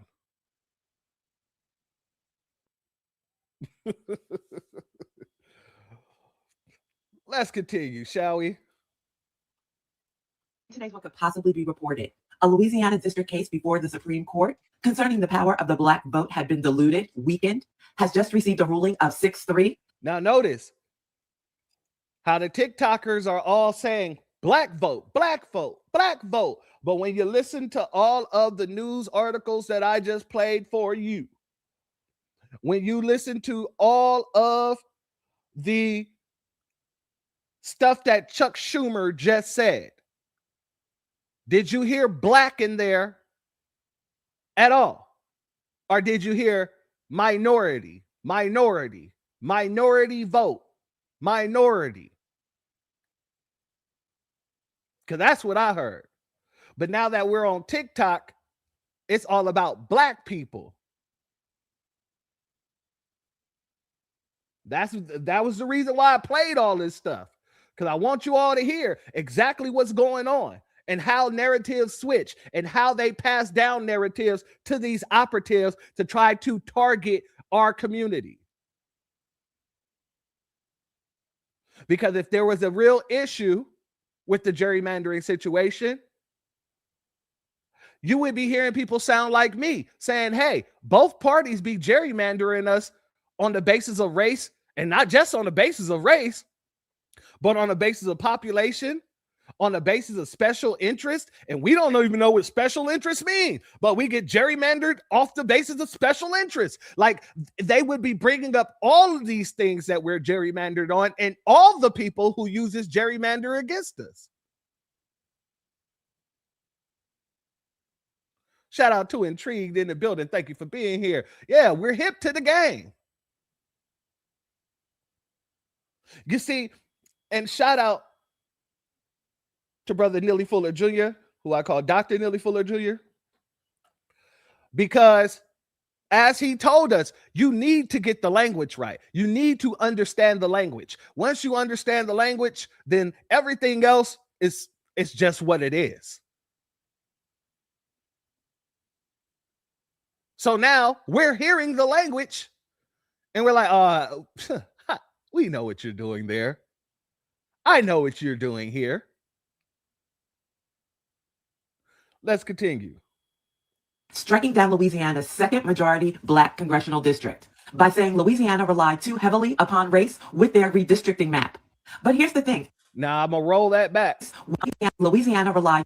I want y'all to notice that they keep on bringing up what? Section 2, Section 2, Section 2. And as I explained to you guys earlier, Section 2 has everything to do with protecting voter dilution, diluting a voter's vote, a citizen's vote. So they keep on trying to tie it back to Section 2 when the same burden of proof does not apply and is not applicable to Section 2. Let's let it continue. Too heavily upon race with their redistricting map. But here's the thing. Out of 6 districts, only 1 is majority Black, even though Black residents make up a third of the state.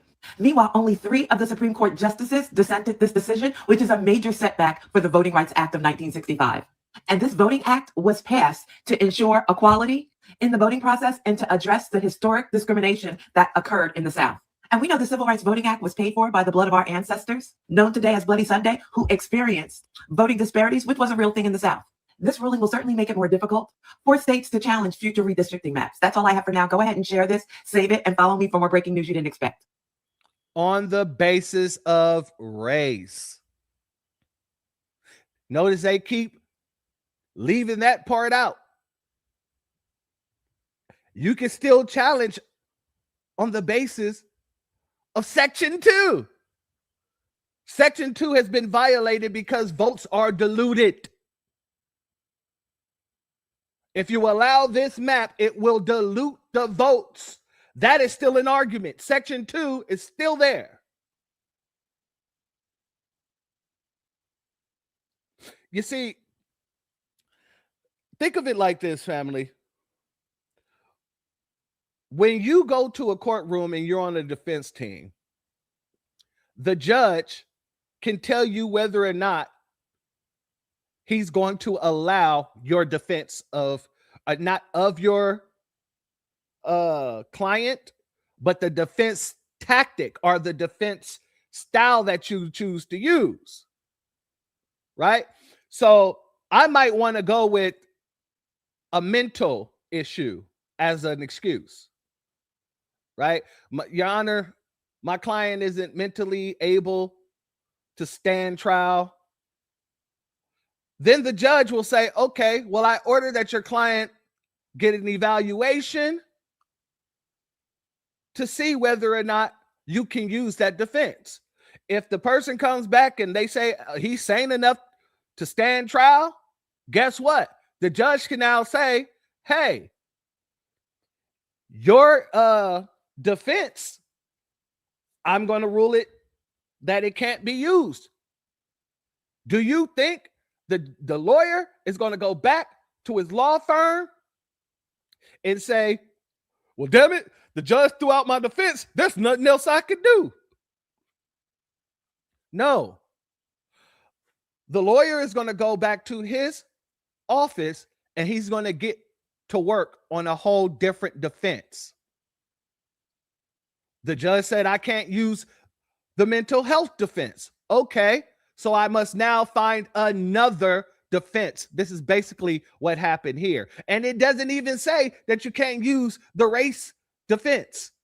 It's saying that you have to then prove intent if you choose to use the race intent. I mean, the race defense or the race issue. That's what we're seeing here. That's what this whole Supreme Court just did. In order to scare the living crap out of the constituents, they have to make you believe that, see, we've been talking about voters' rights. We've been talking about voters' rights, and now look, they're attacking voters' rights. They just gutted voters' rights. It is another emotion. It is another emotion grab. Shout out to that one brother in the building. Much love to you, and thank you for being here. And I appreciate your contribution as always. Your donations are blessed tenfold, good sir. FBA family, it is our time to put that work in, brother church, all day. All day. It is. This is our time, regardless of what you're hearing. This is one of the reasons why, like I said, it's important for us to talk about this now, because you're going to be hearing a lot of people running their mouths, and they're going to be trying to scare foundational Black Americans into thinking that all of your rights are being taken away from you. They're not going to break down what the courts actually said and what it actually means.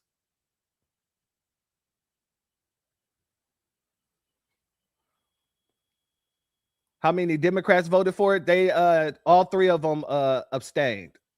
Well, not abstained. They voted against it. All three of them voted against it. All right, let's go here, family. Like I said, this is just the talking points. All the talking points are completely the same. The Supreme Court just got rid of what was left of the Voting Rights Act and opened the floodgates for Republicans to dilute Black political power across the South and redraw maps so that they can flip blue seats to red and gain major political advantages across the country. Let's get into it. This decision is based on a ruling in Louisiana when Black voters were like, hey, we make up a huge amount of the population, but we only have one majority Black district. A court looked at it and was like, you guys are right, that's messed up. Let's add a second district. Now, the Karens of the world fought back against this ruling, and that has led us to the Supreme Court ruling today, where the Supreme Court sided with the Karens. This directly guts Section 2 of the Voting Rights Act, which states that maps have to be drawn to be fair. They have to be drawn. Notice, they're all saying the same talking point about Section 2, but then when they go to explain what it is, they're explaining it incorrect. Run it back. Now, the Karens of the world fought back against this ruling, and that has led us to the Supreme Court ruling today, where the Supreme Court sided with the Karens. This directly guts Section 2 of the Voting Rights Act, which states that maps have to be drawn to be fair. They have to be drawn to try to have equal representation, specifically for Black voters who have historically been intentionally left out of this process. For years, legislators in the South particularly have drawn maps so that it disperses Black voters so that they don't have a lot of political power. It's a thing called gerrymandering, where politicians will draw maps to their favor. So with gerrymandering, what normally happens is that Black voters either get clumped into one district or they get dispersed into several small districts so that their voices don't politically have the same type of weight as other people's voices. To give y'all a visual, here is a current map of the South with Section 2 incorporated. It is still mostly red, but there are some blue areas to account for Black voters in their districts. Now, look at what the map would look like without Section 2. This shit is damn near all red. And think of how many Black people live in the South. They're basically not accounted for at all with that type of map. This happening is a major deal. Now, let me ask you this question. Do Black voters have to vote in blue districts in order to vote? Because it's the way that she just showed this map and the way she just said it. Now, right? So this is the map currently, right? Which is still heavily gerrymandered. Look, there is very little blue in any of these damn states. But she's saying this is what it will look like. Does that eliminate your vote? I'm in Texas. When I go vote, it's still in Texas. My vote still counts. And because I'm in an area that is predominantly just Black in itself, Houston in itself, it's not really going to do too much to a place like Houston. Well, for Houston, it's a little bit different because Houston is a heavily debated gerrymandering spot. So that's a little different. But any population with large numbers of foundational Black Americans, it's not really going to affect like that. And you'll still be able to go vote regardless. See, this is why I keep telling people it is very important to make sure that you understand that you are not red or blue. So when they're showing you things that are red and blue, you know that, oh, this doesn't pertain to us. It has nothing to do with us. Because regardless, they're still going to gerrymander us. Regardless, like I said, they still have all these different ways that they can say they're gerrymandering, even if it isn't about race. They can hide behind any one of these damn reasons right here, especially this communities of interest.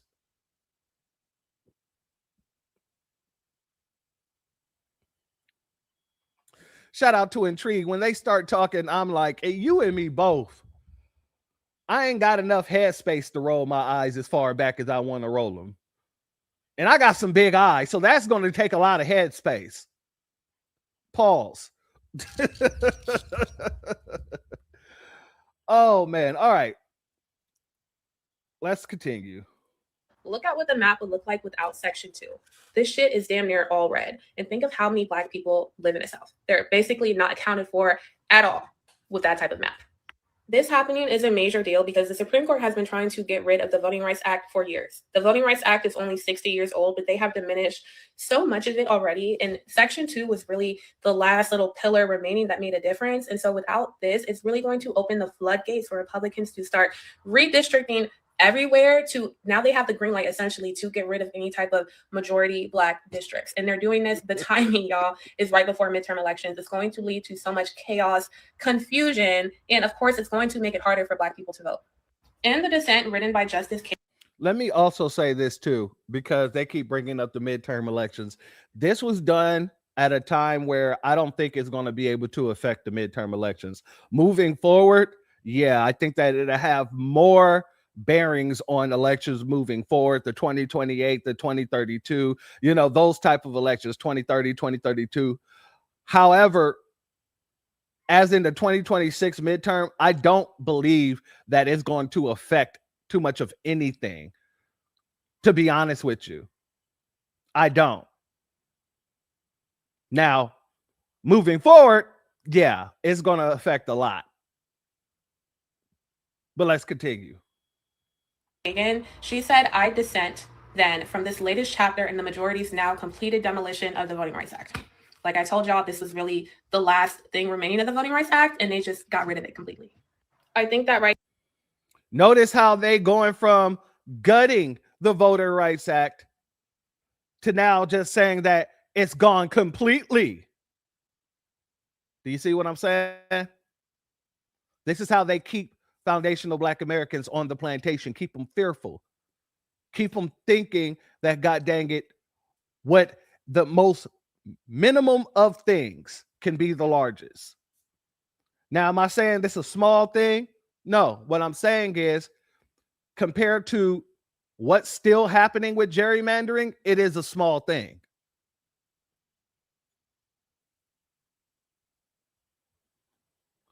Exactly. Shout out to our good brother, Christopher Ellis. Fear-mongering boogeyman politics. Now, if you ask any of these people, well, I read the decision and it quite literally states that it only applies to when you're saying that the maps are racial. You have to prove intent. But Section 2 still applies. And also you can use race in an argument when proving that votes are diluted. What do you think they're going to say when you ask them, so how is it gone? How is it just tossed? How is it gutted? It's just the 92% talk.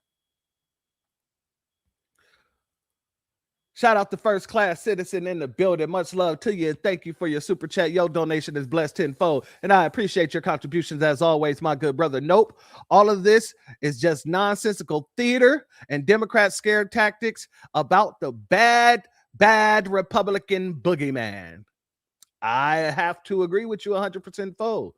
Now, are the Republicans some assholes and some, crackerjack bastards? Absolutely. But in this scenario right here, like I said, even the goddamn Nabiscos don't even know what the hell is going on. They're thinking that this is a loss for us.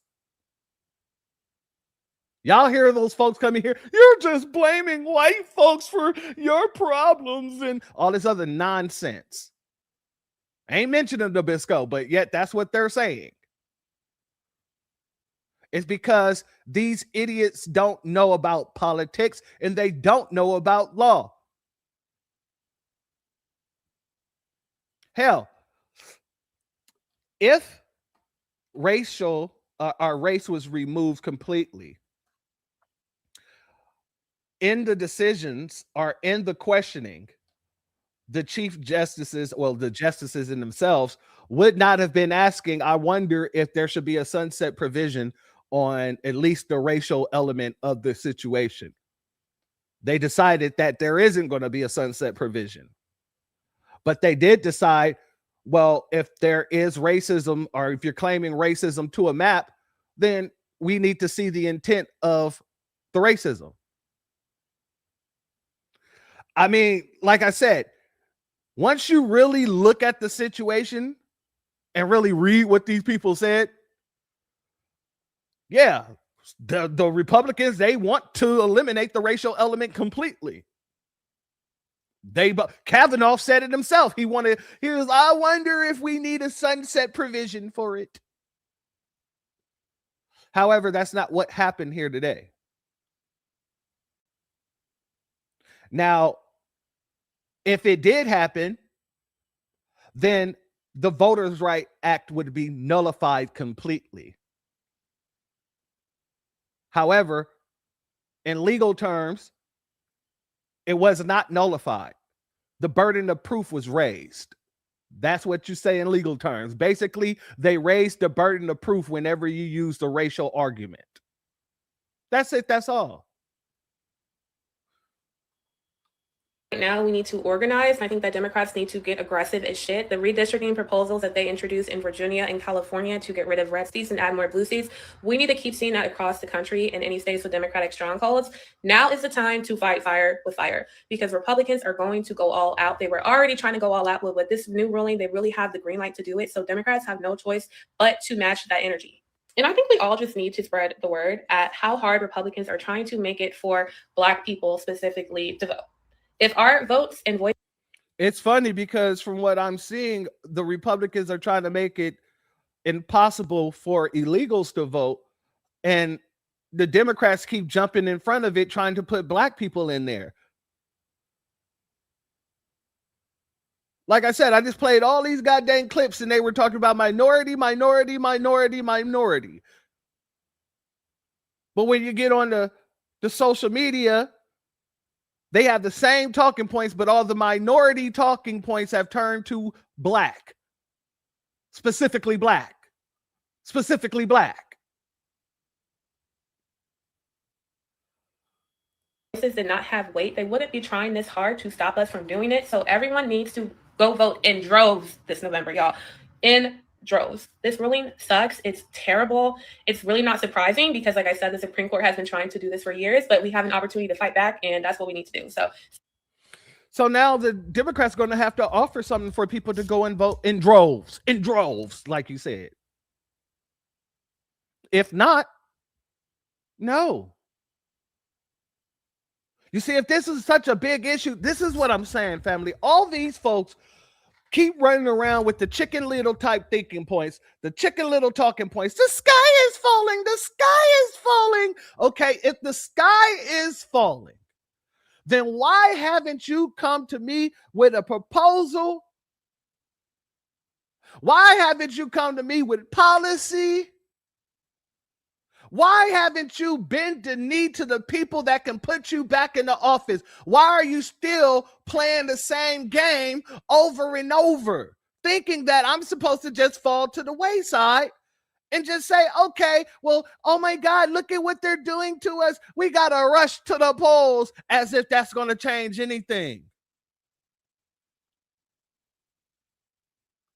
The Democrats just did the same damn thing to us for 4 damn years. And they did it again in 2024, should be 2025, when Trump came into office and started deporting people. They started silencing people's votes then by fighting ICE. That's what's happening here. Y'all people drive me crazy. Because you can see the racism on one side and you will completely block out the racist tactics of the Democratic Party on the other. We could have had a lot more deportations right now for all the people who voted for deportations.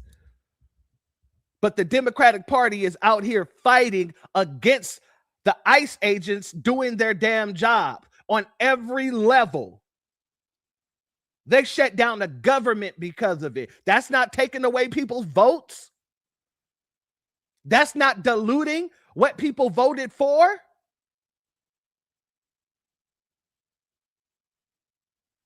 That's why I'm not here for all the scary tactics. That's why the best thing you can do as a foundational Black American is keep a leveled head. Research what's going on. Dig into the treacherous sides of both, the Democrat and the Republicans, and what they seem to gain off of both of them, whether good or bad. You got to ask who gains from this and who loses from this. And to be honest with you, as I stated earlier, the smaller groups lose the most with this. Because it's always the Democrats who are trying to protect the Asians or protect the Latinos. They say brown. They can't say brown as racial, but they damn sure throw that under race. Oh, this is racist. While splitting up Black goddamn districts in California in order to make sure those same brown people have more power than we do. This is racist. While splitting up the Black community in New York to make sure the top hat community has more power than they do, than you do.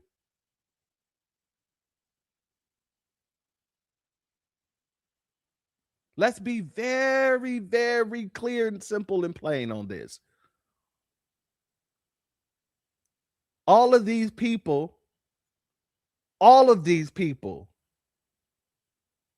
are quite literally using every tool in the white supremacist toolbox against you. While the Democrats is using one tool, the Republicans is using another. But they're both still using tools. That's in the same toolbox. It came from their father, white supremacy. Oh, shout out to Yaya in the building. Much love to you, and thank you for being here once again, my sister Queen. And thank you for this comment. You are absolutely right. Church, don't forget, they didn't stand up for Americans. But yet, people should expect that they're fighting for foundational Black Americans. You wouldn't even stand up for Americans in general. Why should we believe you would stand up for us when over the past 60 years you guys have never?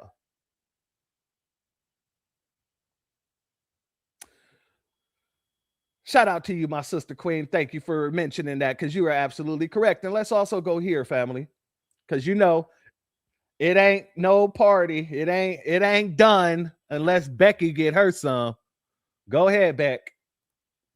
I was supposed to be taking the day off, but we are truly in too insane of a timeline. Today, the Supreme Court took a sledgehammer to one of the last protections voters have left. In a Oh, Becky, I'm going to slow you down. We got to make sure everybody catch the bull stuff coming out of your mouth. I was supposed to be taking the day off, but we are truly in too insane of a timeline. Today, the Supreme Court took a sledgehammer to one of the last protections voters have left. In a 6-3 decision, they struck down a Louisiana map that created a second majority black district, basically saying that protecting black voters from Gotta pause this, family. 1 second. Shout out to Telvin for this. This is a classic case of classism, and I have to disagree.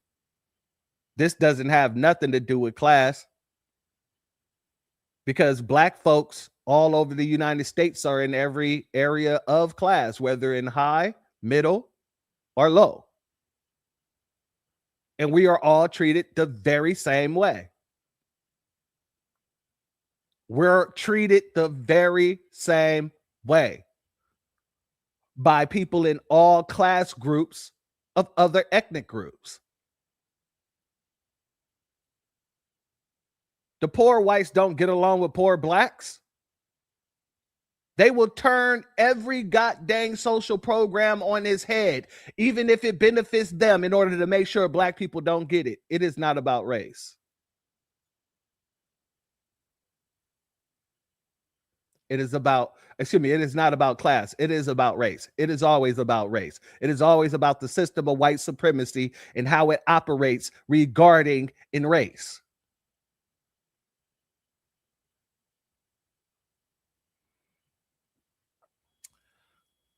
Now, we go here. Let's let the Nabisco finish. I was supposed to be taking the day off, but we are truly in too insane of a timeline. Today, the Supreme Court took a sledgehammer to one of the last protections voters have left.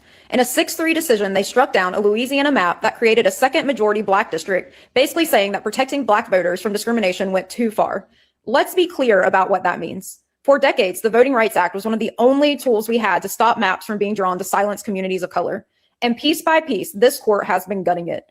Now they're saying, even when discrimination is obvious, even when communities are being diluted, you can't fix it too much. So what does that leave? Maps that can be rigged, power that can be protected, and voters who are just told to deal with it? And if you're in North Carolina, honestly, you should be furious, because we already know what happens when politicians draw their own maps. We've lived it. Extreme gerrymandering, courts stepping back, accountability disappearing. And now one of the last legal tools to fight back just got weaker. And here's the part we can't ignore. The systems we're up against didn't appear out of nowhere. They were built intentionally on racism, reinforced. That's the point. Treated the same way is class. The head and the tail. White supremacy is class. White on top, black on the bottom. No, no, no. Because that is not what you see here. You also see Asians on top. You also see Hispanics on top. You also see illegals on top. You also see freaking anything and everybody outside of foundational Black Americans on top, and foundational Black Americans on the bottom. And that's even including Africans. Barack Obama was president. You see, what you're doing is trying to equate classism with the system of white supremacy, and that is not the case. Classism is a tool of the system of white supremacy, and that's why Neely Fuller Jr. said so elegantly, if you don't understand white supremacy, what it is and how it operates, everything else you think you know will only confuse you. Class is not white supremacy, and white supremacy is not class. White supremacy is white supremacy. It is a system, and class is a tool of white supremacy. But thank you for your comment, family. Like I said, this is a teachable moment. I ain't trying to sound too harsh or nothing like that. This is actually class. It's important for people to understand this. So I don't have no problem teaching it. We have to understand the system of white supremacy. Otherwise, you will never get over it. You will never win. You don't even need to be white. to be put in a class higher than a Black American. And a Black American that's in the highest class will still be in the lowest class. The richest Black American still has less social equity than the poorest white American.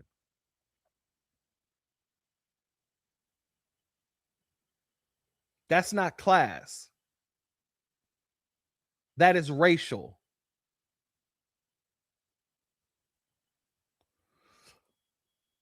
Shout out to our good brother.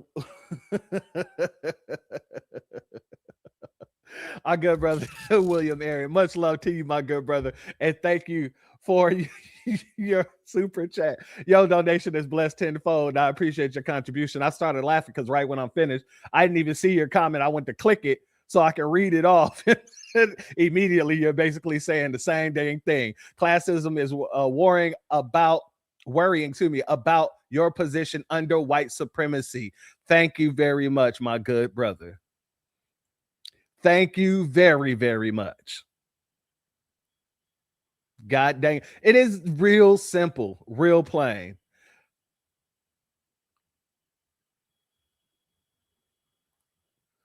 How can you understand white supremacy when you don't know the nations that make up white supremacy?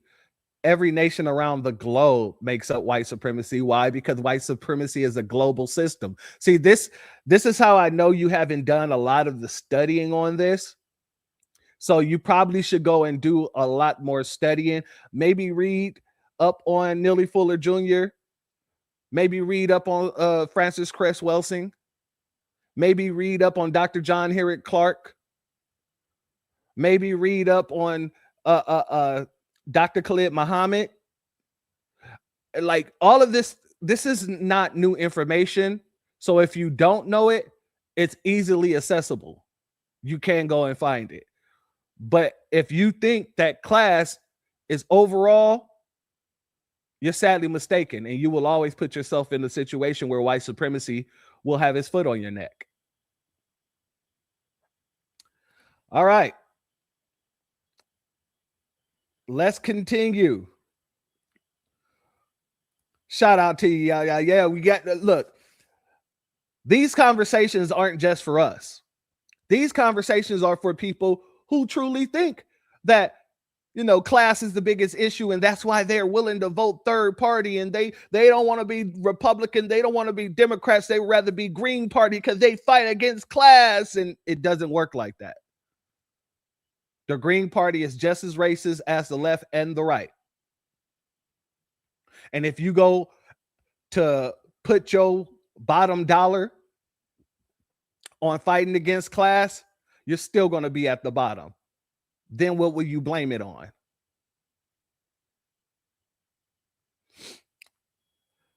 Racism and white supremacy. Anyhow, let's continue. By the patriarchy and justified through religious extremism. If we're serious about fighting for working people, we have to be honest about that, because you can't win a class fight while ignoring the tools that were used to divide and control people in the first place. That is how democracy erodes. It's how it's been eroding. Not all at once, not with one headline, but decision by decision right in front of us. And if we don't push back loudly, this becomes the new normal. I was supposed to be taking the day off, but we are truly in too insane of a timeline. Shout out to the Hula Gang in the building. Much love to you, and thank you for this comment. Must have been a tether, because tethers think that you have to travel to know something. That too, I picked up on that too. How do you know if you ain't know where the white supremacists are? The white supremacists are everywhere. Everywhere. Everywhere? Everywhere. Because the system is a global system. If you can't tell me one place that the Nabisco can't go, then you can't tell me that, oh, there's just one place for Nabiscos. No, the Nabisco is everywhere. And everywhere he steps foot, he has dominated you. That is a systematic thing. Even when you have black rulers, you have black leaders. That's white supremacy. That is not class anything. If I can go to Africa And all 54 countries in Africa is still practicing the same white supremacy that America practiced. Times 10, because they're black over there. Everybody in the government is black. You think that's class? No. Because they're following the bag. They're following what the leader of the whole world is doing. And who has a control over the whole world? The system of white supremacy.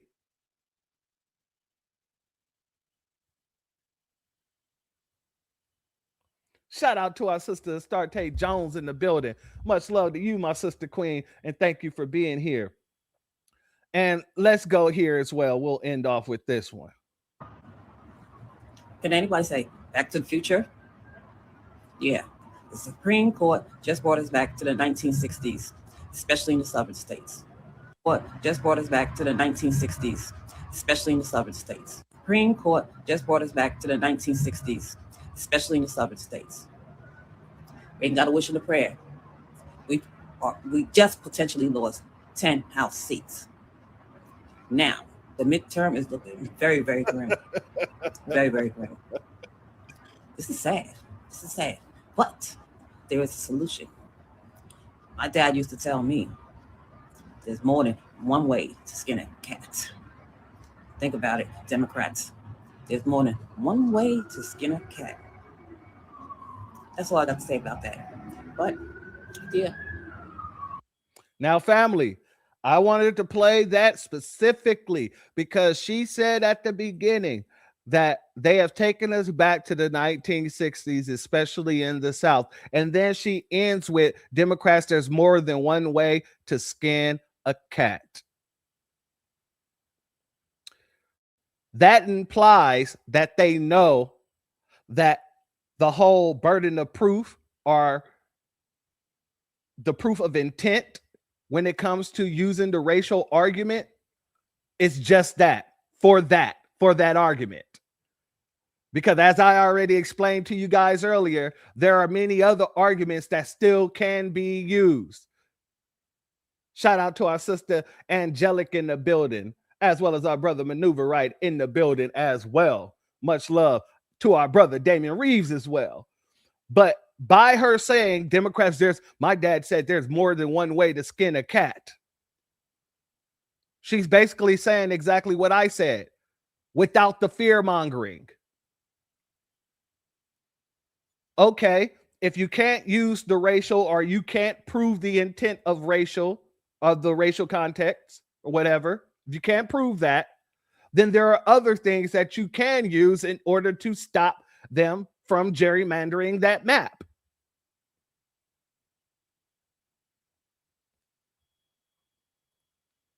A good question. We lost seats. Who in the hell is we? We? We. I'm still sitting in my seat. Family, you sitting in your seat? I'm sitting in my leather chair. It is nice and comfortable. I got my nice little fan going over here. My seat is secure. You see, this is what happens when you think of yourself as blue rather than black. This is what happens when you look at yourself as a democratic American rather than a foundational black American.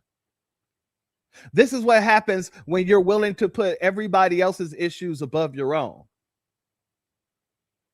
Because while the Democratic Party is quite literally silencing Black Americans and quite literally turning their backs on us and practicing benign neglect, practicing their form of, oh, I'm ignoring you completely.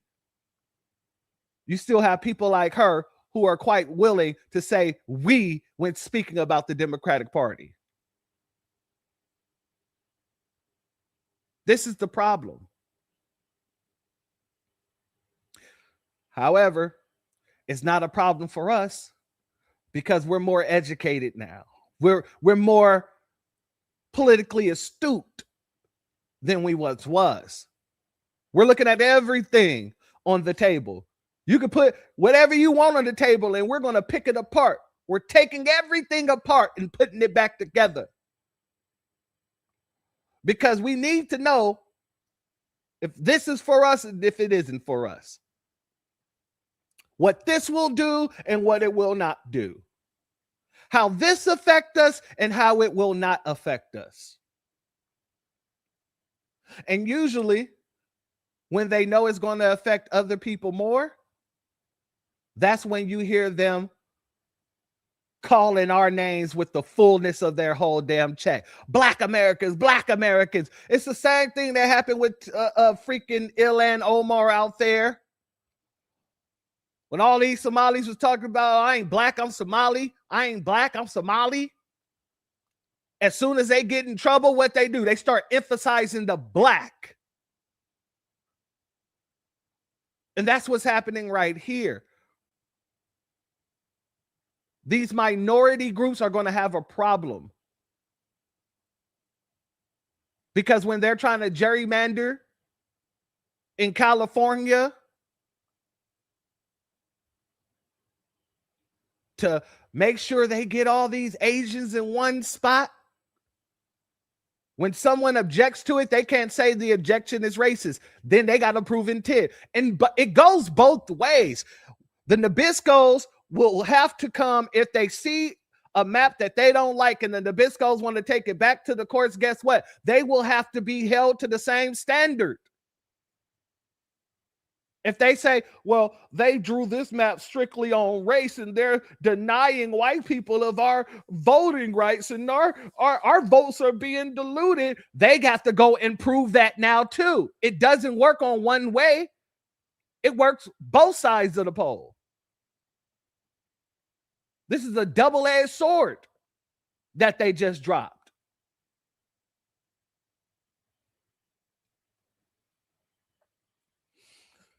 Shout out to the full armor of Yah in the building. Much love to you and thank you for being here, family. Before we get up out of here,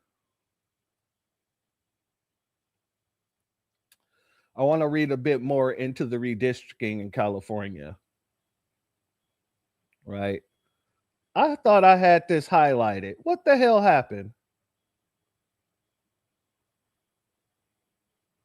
Give me 1 second because I had a...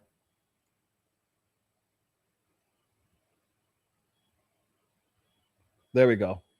All right, this is what I had highlighted here. So this is what one of the representatives of the Black Hub had to say. It has resulted in maps that have ignored the interest of many Black communities and millions of residents in the state's most populated areas. For example, draft maps released by the commission last month collapsed the only 2 congressional districts in Los Angeles County represented by Black U.S. Congress member, and this is from 2018, remember. Black U.S. Congress member Maxine Waters, District California 43, and Karen Bass, District California 37, into one district. After advocates and activists complained about African Americans losing political power, the commission separated the single district it was proposing into 2 constituents again. But because California lost 1 seat in the U.S. Congress due to the overall drop in the state's population, according to the U.S. 2020 census number, advocates worry that it will cause a ripple effect, which will change the racial and political composition of districts across the state and what has been happening to foundational Black Americans ever since. Being pushed out, we're being gerrymandered out,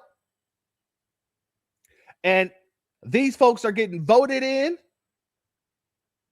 And these folks are doing for their communities.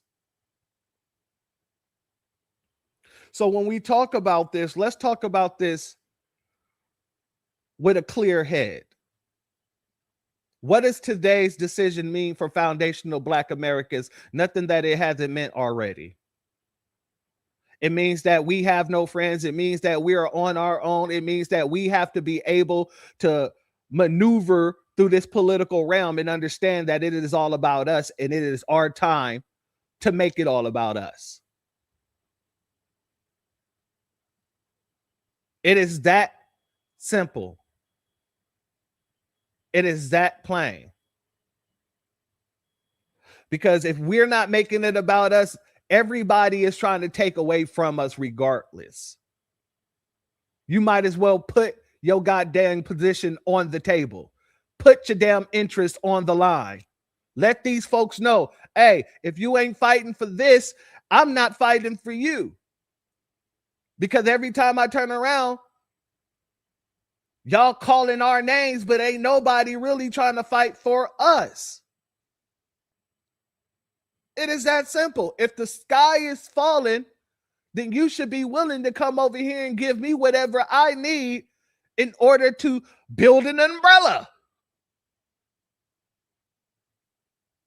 But you're not.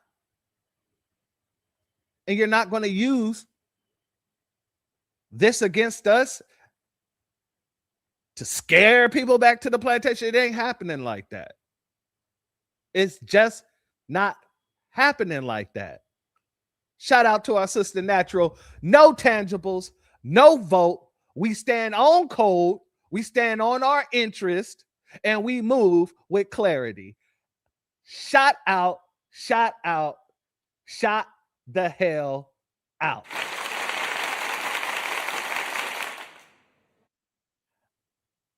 And I got to do this too. It is that simple. It is that plain. So, family, I wanted to come and have this conversation with you here today. I know our good brother, Afro Elite's about to go on, so we can end it here. We had a good conversation here today. I just wanted to make sure everybody understand that what you're going to be hearing is about to get amplified times 20. These folks are going to be using those same narrative talking points to try to make it seem like we've lost everything. And really, we didn't lose the voters' rights. We didn't even lose Section 2.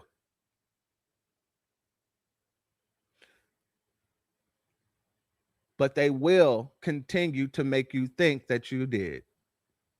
They will make these older heads, these elders and not the elders, because the elders is rocking with the black grassroots. The elders understand that the media is playing tricks regardless of which side. So they understand that the black grassroots is where it's at. It is the elders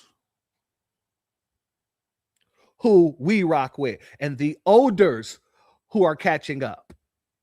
They're playing catch up. Don't let these people scare you into putting other people on your back. As long as they can do that, we'll never get anywhere than that we hadn't already gotten.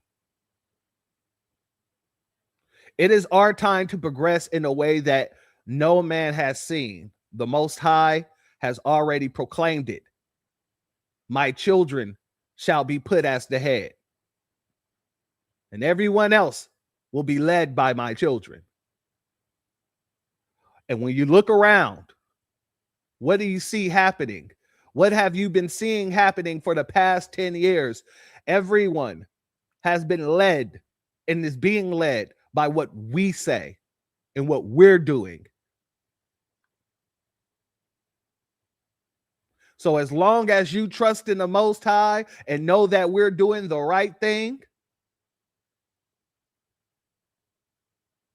just know The Most High is just eager to drop it on us. Pause. But it is up to us to keep doing the work on our side. The ancestors got us spiritually. The Most High got us spiritually. We got to have the physical. And when we take the reins physically, that's because the Most High and the ancestors have had our back this whole time. They've just been waiting on us to say, hey, enough is a goddamn enough. But with that being said, family, if you're not subscribed, go ahead, hit that subscribe button along with the notification bell so you can be notified whenever videos like this drop. Please make sure you hit that like and share button so we can beat up the algorithm. Make sure we get this message out to the ears that need to hear. And if you have not done so yet, please click the link in the description, go to change.org and put your signature on the petition for reparations. Family, you already know in your heart of hearts and in your soul of souls that you see the shift. The shift is happening right before our eyes. And I want you to understand and know and just grasp the fact that everyone else sees the shift too. Why do you think they're so terrified?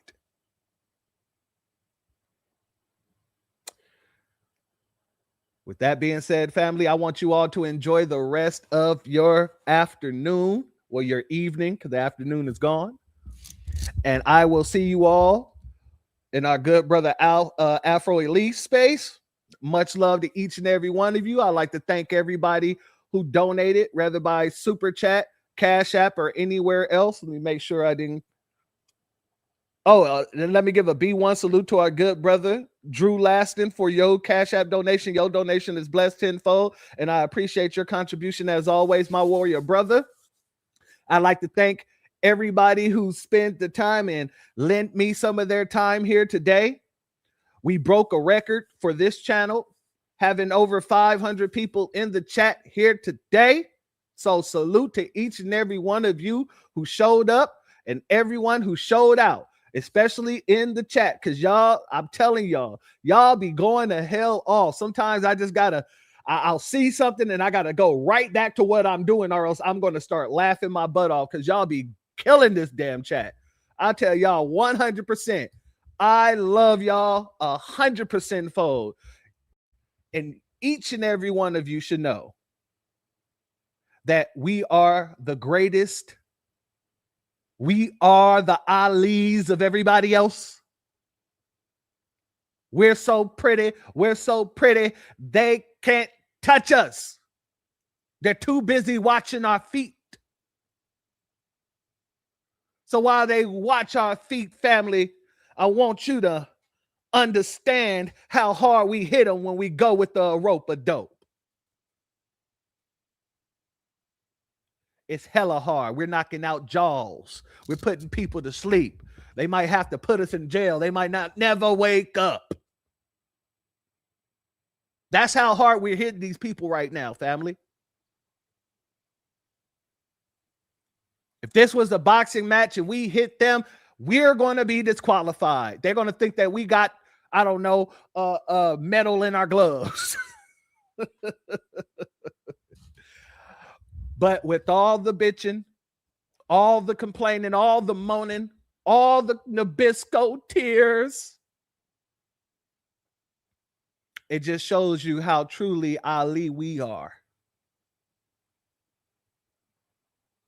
Much love to each and every one of you. With that being said, the doors of the church are now closed. Peace, family. My grandfather built this country, man. He fought wars for it. And most places he went wouldn't let him sit down and get a cup of coffee. I can't even catch a cab in New York. You know, it doesn't matter how many degrees I get. All you people see is color. Your grandfather was an immigrant. You're American. My grandfather was born here, Duke. And you people still look at me as just another nigga. I know that the government, whatever can't stand us black people, he doing everything in the world extinct. But I'm gonna tell you one thing: us black people gonna survive. So fuck everybody. I'm out.